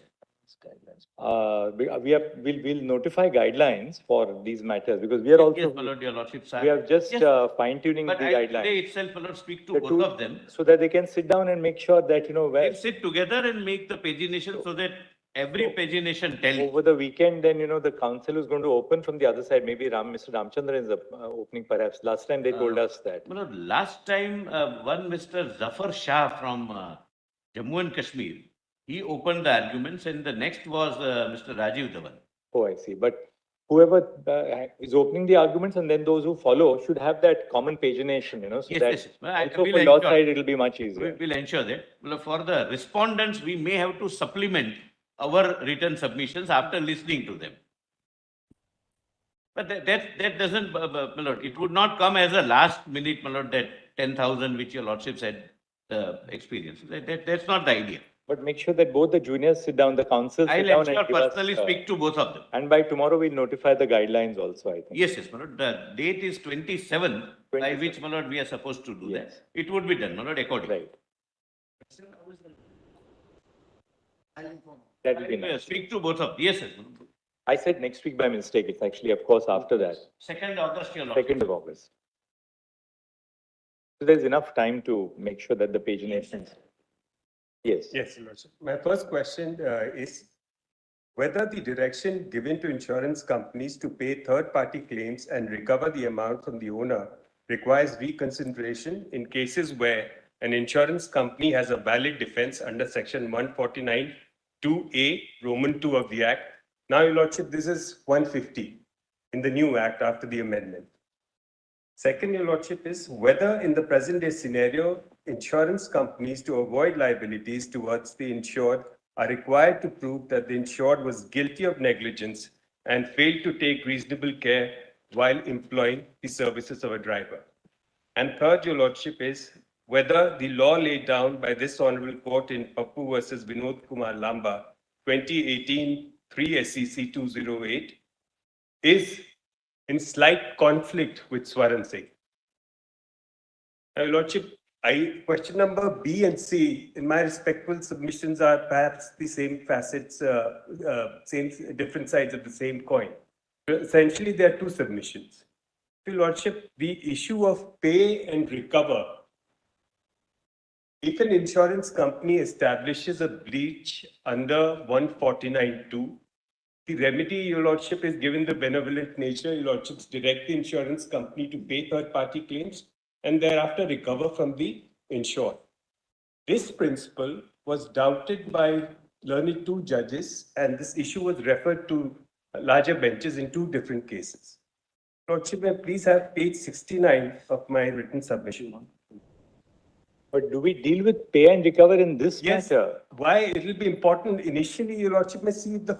No, this is, I say Not a that. part of the reference really. Then for us, nobody else has argued that, and for us I to say then this, hazard Your into Lordship, this. under, If when there's an independent reference pending on that, it's either, been dismissed. The question of law has been kept open. The order issuing notice on 31st October 2017 in the present matter, the lead matter, Your Lordship had framed this question. If I may point out, page order dated 31 October 2017. Please have this. There were more than pending, but Why do you say that the present reference becomes necessary Because, Your Lordship, for answering this yes, question? I say this because if at all it's held that yes, for driving a transport vehicle, you need an endorsement, the remedy would be pay and recover. If there's a breach, I have established it as an insurance company. After detailed investigation, the trial court concludes that yes, there was no endorsement. Then what is the sequitur? There is no liability on me. I pay that liability of third The party, answer and to there are that question would not depend upon the interpretation that we will arrive on section. On the Act. On the Act. But you say the relief would be That's a the different matter. pay and recover. We can reformulate the relief. fact-based issue. But then on a pure interpretation of the Motor Vehicles Act, whether a second license necessary for transportation, for driving a transport vehicle or not is the only question that we. Yes, need to question, decide. but if you Lordship may please see the 31st October. whether, the court should, is entitled to pass a pay and recover order. Yes. That really Not doesn't, depend on it this doesn't, interpretation. it doesn't, No, it but doesn't suppose- arise here. We did not. Here, May I the just insurance point out- companies say, the insurance companies like you, we've heard Oriental, you're for National. Insurance companies here are clear in stating that, look, that merely because you hold a light motor vehicle license does not entitle you to drive a transport vehicle. The consequence of that would be that where the driver of the vehicle was driving a transport vehicle, though that person had a light motor vehicle license, that would amount to a breach of the insurance policy. What the consequences is not something that arises here. And also liability is a different issue. If which your we will lordship sees see at the order, if I point may of just time. point out the order dated 31st October They have been. 2017. Please have this. The order dated Mukund, 2017. really speaking, we are considering the correctness of Mukund Devangan. And Mukund Devangan is not really, though I heard Devrat yesterday say that we will argue pay and recover, but really that doesn't arise here. That's the relief one could get in a third party But claim. that's a matter of relief. That's not a matter of, we are not concerned about Consider that after this in an judgment is appropriate. there, May I just point out? Is it referred to 5? Is it referred to 3? Or now that is over now? It's over It's now. over. All of them have been dismissed. The questions of law have been kept open. But your lordship, when issued notice in this matter, had specifically formulated this question, although it doesn't find mention in the 2018 reference order or the 2022 reference order. May I just point out, read that out. 2022 also. My humble It doesn't, submission it would be doesn't. that we have not addressed at all on this issue and. As in just Mr. Solicitor, a little assistance from you. What do we do about this pay and recover business? Because up to now, in the last one day that we have been hearing, in fact, we are hoping that we'll conclude the hearing today by giving them an hour to address us. Now, this pay and recover, I mean, that has not been argued so far by anybody, and that's not the subject matter of Mukund Devangan. Yes, Lord. I think nobody has argued because it's not a question framed. We are not arguing. And We were on the different. the question of law, my lord, it seems is kept open. Why can't In that a be given case, he can agitate that question, if need be, can get it referred. If your lordship's Twice it has final already verdict, been done. whichever way it Twice, goes, and then they helps the dismiss. situation. As it far has- as the issue of pay See, and ultimately look at it this way, recover- pay and recover, why do the courts pass that order? The idea is to benefit, That's right, my lord. the Given the most benevolent vulnerable section of society. Mostly these are people, who are on the margins of existence, farmers, laborers. Also, this somebody Swarn lost Singh a judgment child. has settled That's the legal. also the reason It's where the enter court into is it not here as a able to five fix judge. the liability on the insurance company or the owner.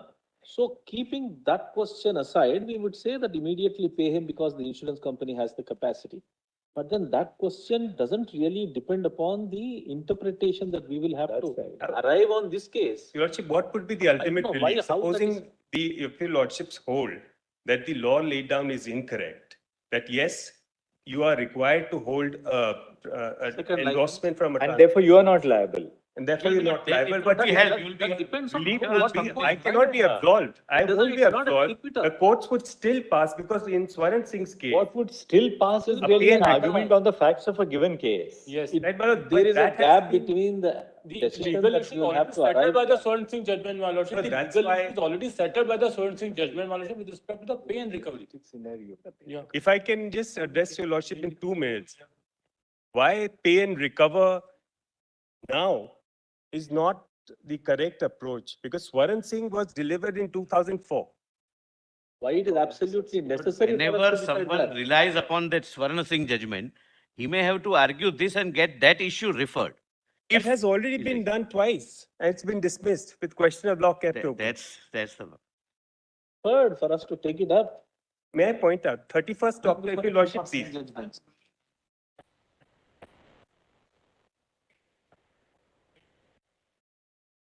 the order dated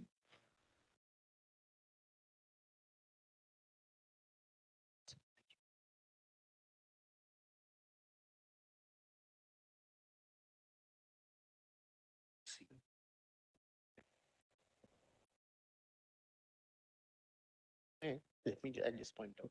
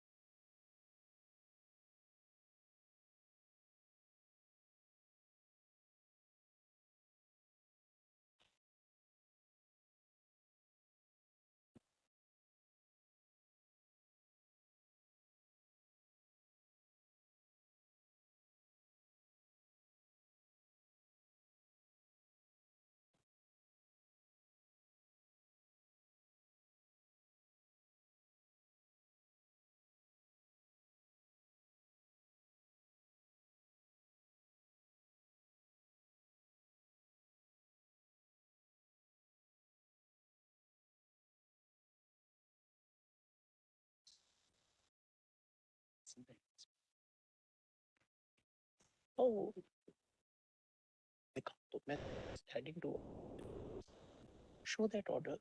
तुम दिखाओ.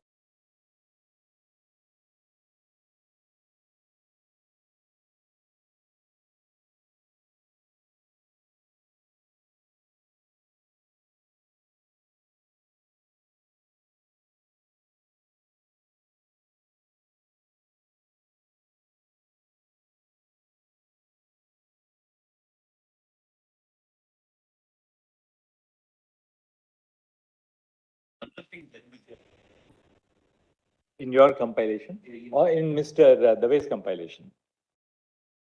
Must have kept the question.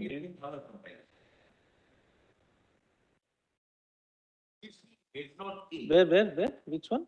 287, 297. Whose compilation? The judgment compilation of. But my suggestion would be, I'll point out how this may affect. That your lordships can consider framing a question and my lord left it to be decided on some other day. Please see, my lord, head note A. How my lord this might perhaps. 297.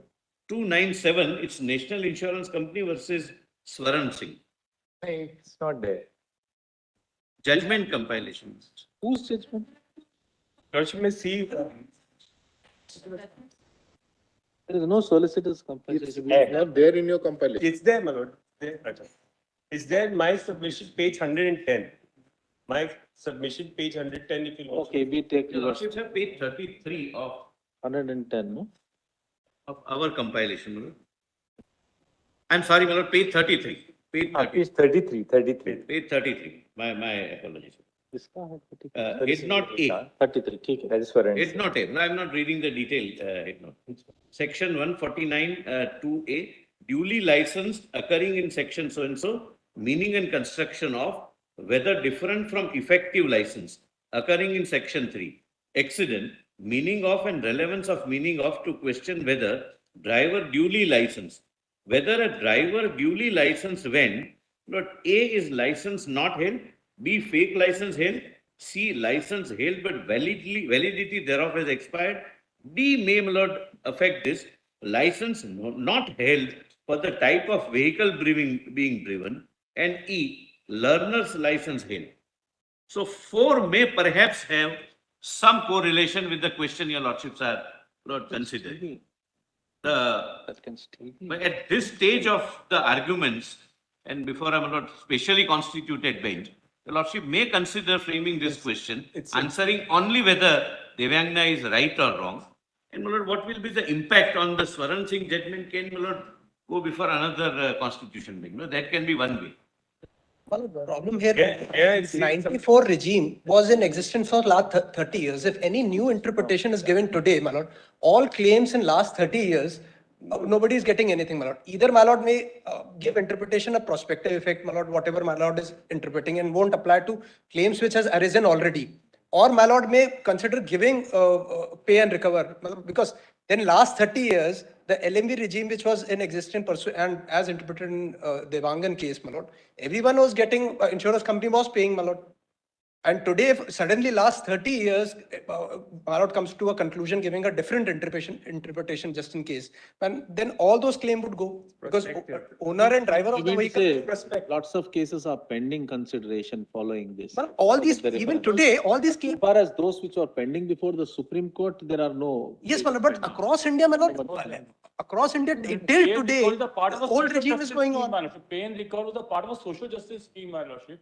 Because by way of an amendment, also chapter number 11 is included, my lordship. So that's on marriage, whether it should be on marriage, here or not, that's the question. But the overall intention of the legislation is to actually, my lordship, to actually have a welfare measure for the victims.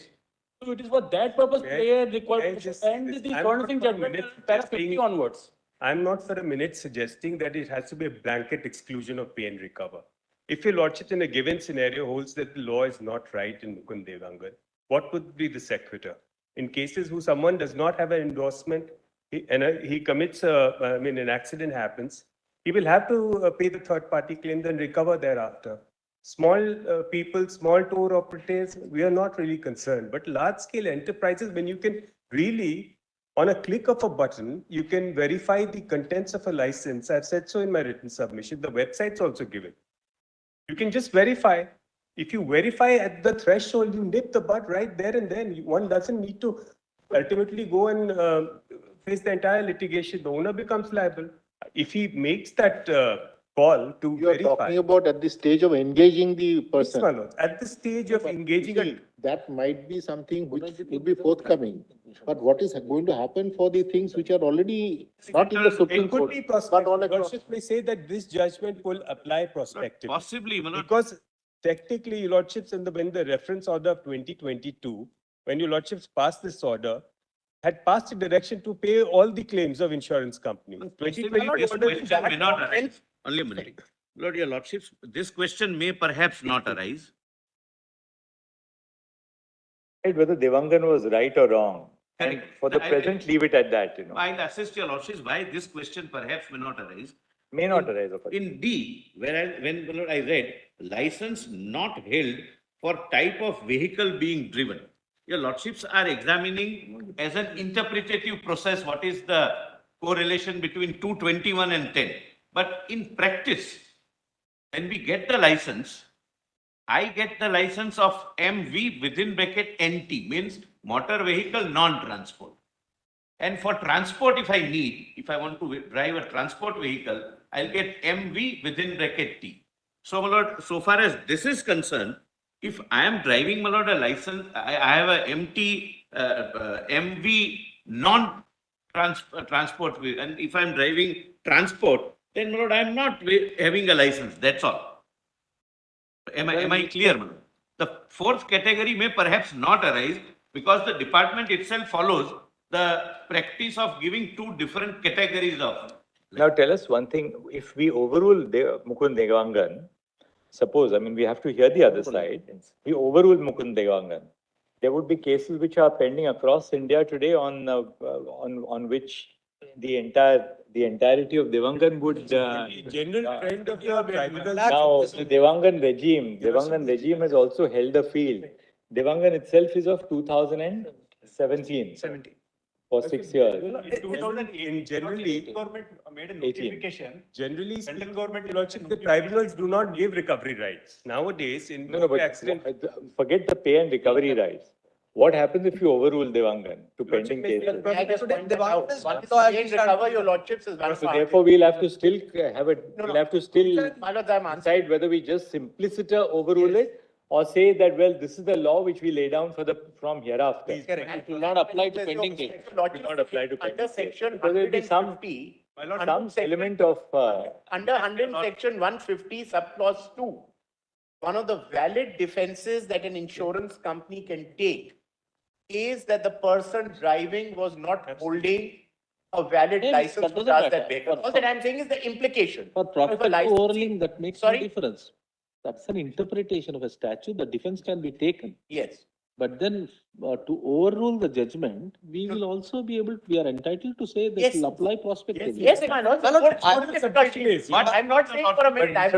All you are saying, 1 second. That's a Paul is saying, I started with that. 150, it's a valid defense for an insurance company to say that the person who was driving was not holding a valid license. Yes. The consequence would be, forget the pay and recover principle. The consequence would be that ordinarily the insurance company would not be liable to the claim by the victim of a motor accident. Well, the question would be, as far as that driver is concerned, he could not have driven that vehicle. Right.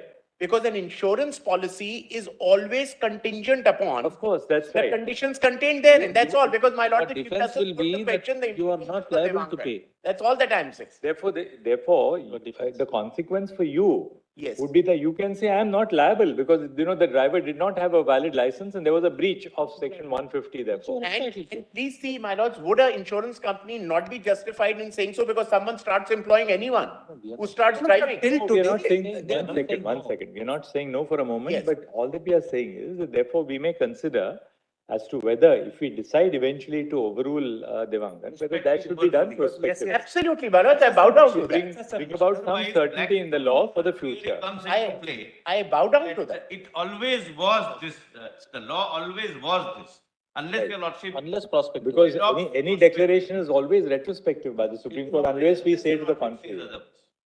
As far as the pay and recovery aspect is concerned, my lord, law is well settled as on date. That may, All right. Now, anything more, Mr. Amit Singh, that you want to add apart from what has been argued by the others? Your Lordship, may I also press a little bit? Just give me 2 minutes to address this issue. Because in a case, if Your Lordship's hold, I'm not for a minute suggesting that it has to be retrospective. I'm submitting that it has to be prospective. But what would be the relief? Relief would be pay and recover in case of a breach. If I establish a defense under section 150, Roman 2, I am not liable technically, but Your Lordship have in Swaran Singh said that in third party claims you pay and recover. I'm not for a minute suggesting that it has to be a blanket application of pay and recover. We are here, Your Lordships, dealing with transport vehicles. Transport vehicles necessarily implies that they are from multinational organizations, educational institutes who have the wherewithal. I'm not talking for a minute that innocent third parties or innocent owners or even a small time tour operators. For instance, like HCL, they have employees ferrying them around for a particular amount of fare. Those are transport vehicles. Why shouldn't HCL or any other company who commits a breach, who employs a driver who does not have the adequate license, why shouldn't they pay the first? But can you not argue that in an individual case? So, Your Lordship, that's why, because Why does Swaran that Singh arise? comes But into Swaran play. Singh does not say that in every case that you have No, to it says, pay. may I just point out? It says, It opens up a remedy of pay and recover. Yes. But Swaran Singh certainly can't be construed to mean that where your, the transport vehicle was owned by, say, some big multinational, that therefore also the insurance company must pay and recover it from them. that is what generally right, happens, my Your lord. Lordship. Pay and recover, that's the standard order. It is the individual case basis still, my lord. May I just also?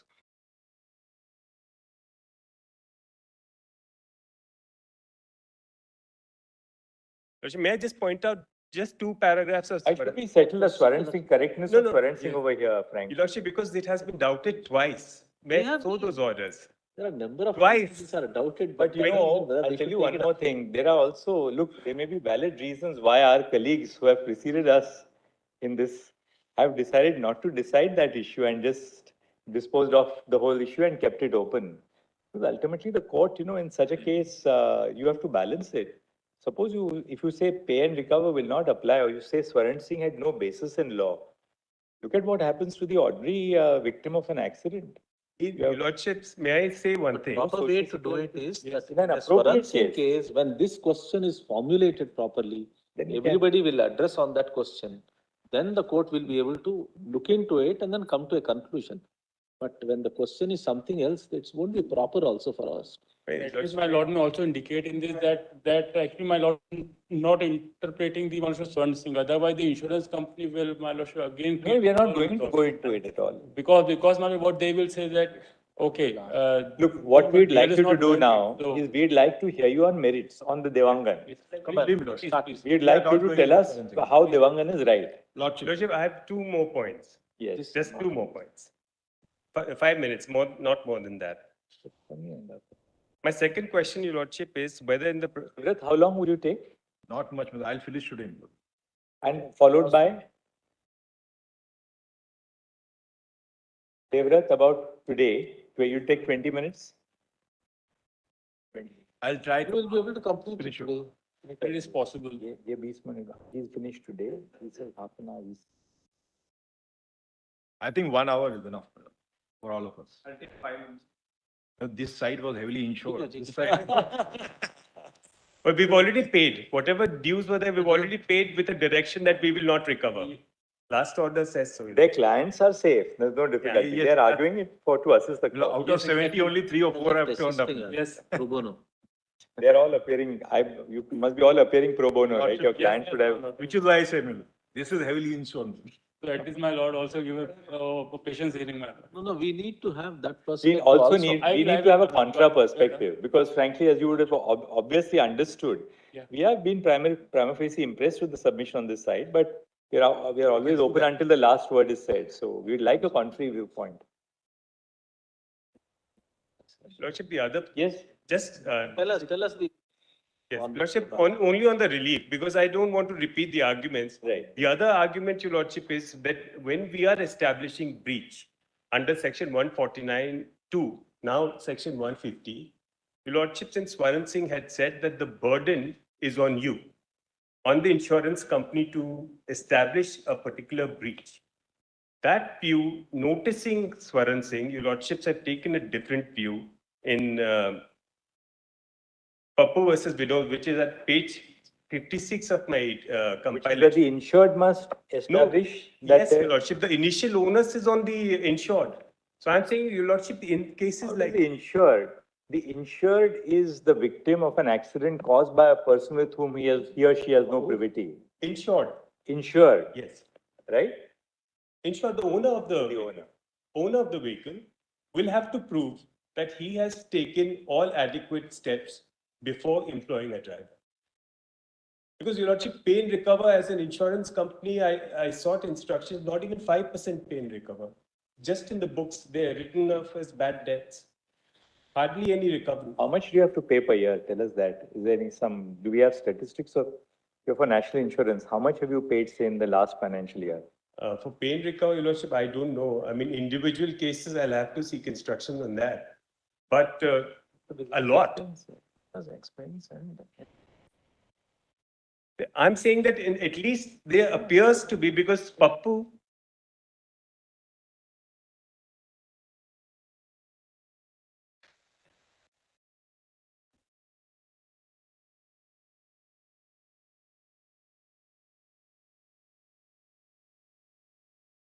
In Pappu versus Vinod, Your Lordships were Justice.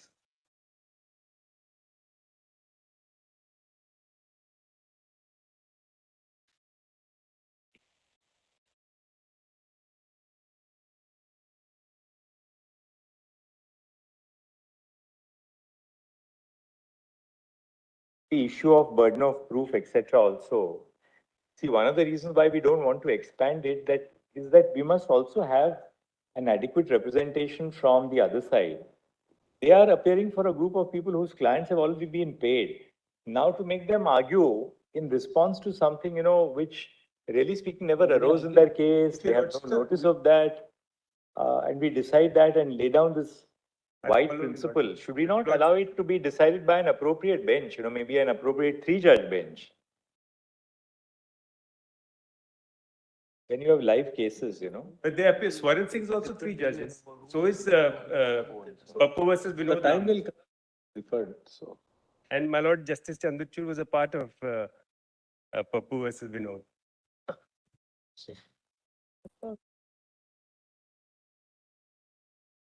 Justice Mishra, Justice Khanvilkar, and Justice Chandrachud. This, because it's very difficult. Swaran Singh says that you have to establish negligence, you have to prove breach on the part of the We understand that that's troubling you very much. Or as an insurance company, it doesn't arise here. You'll have to wait a little bit. Some other context we will take. Some other matter. I'm grateful, my Lord, for a patient here. All right. Yes, Mr. Devaraj.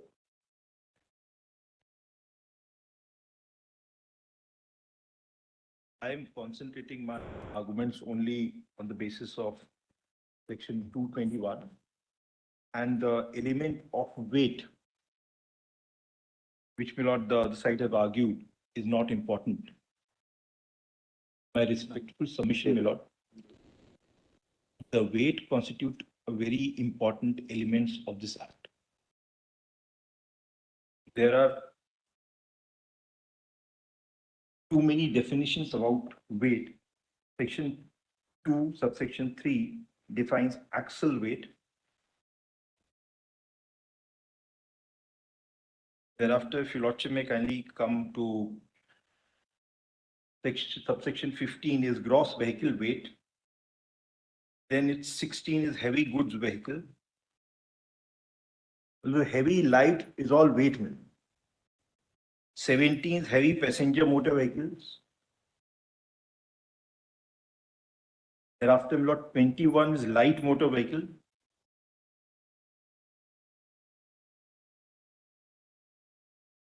Then lot may kindly have 23 is medium goods vehicle. These are all weight. The two very important facets on which the license are granted are LMV and HMV, which is light and heavy. So, in my respectful submission, the weight constitute a very important element of this act. Unlike what the other side, have stated, in the light of what I've stated, I'll again read the section 21, which is light motor vehicle. Lordship has read so many times. Means a transport vehicle or omnibus, the gross vehicle weight of either of which, or a motor car or tractor or road roller, unladen weight of any of which does not exceed 7,500 kilograms. 12 feet of I have circulated my written submissions, my lord. I think it appear on the lordship, please. Thereafter, I'll just keep. Yeah, you run through it. Just run through the Lordship. Lords, I have already read section 21, 221, my lord. And section 2 also, your lordship has seen, my lord.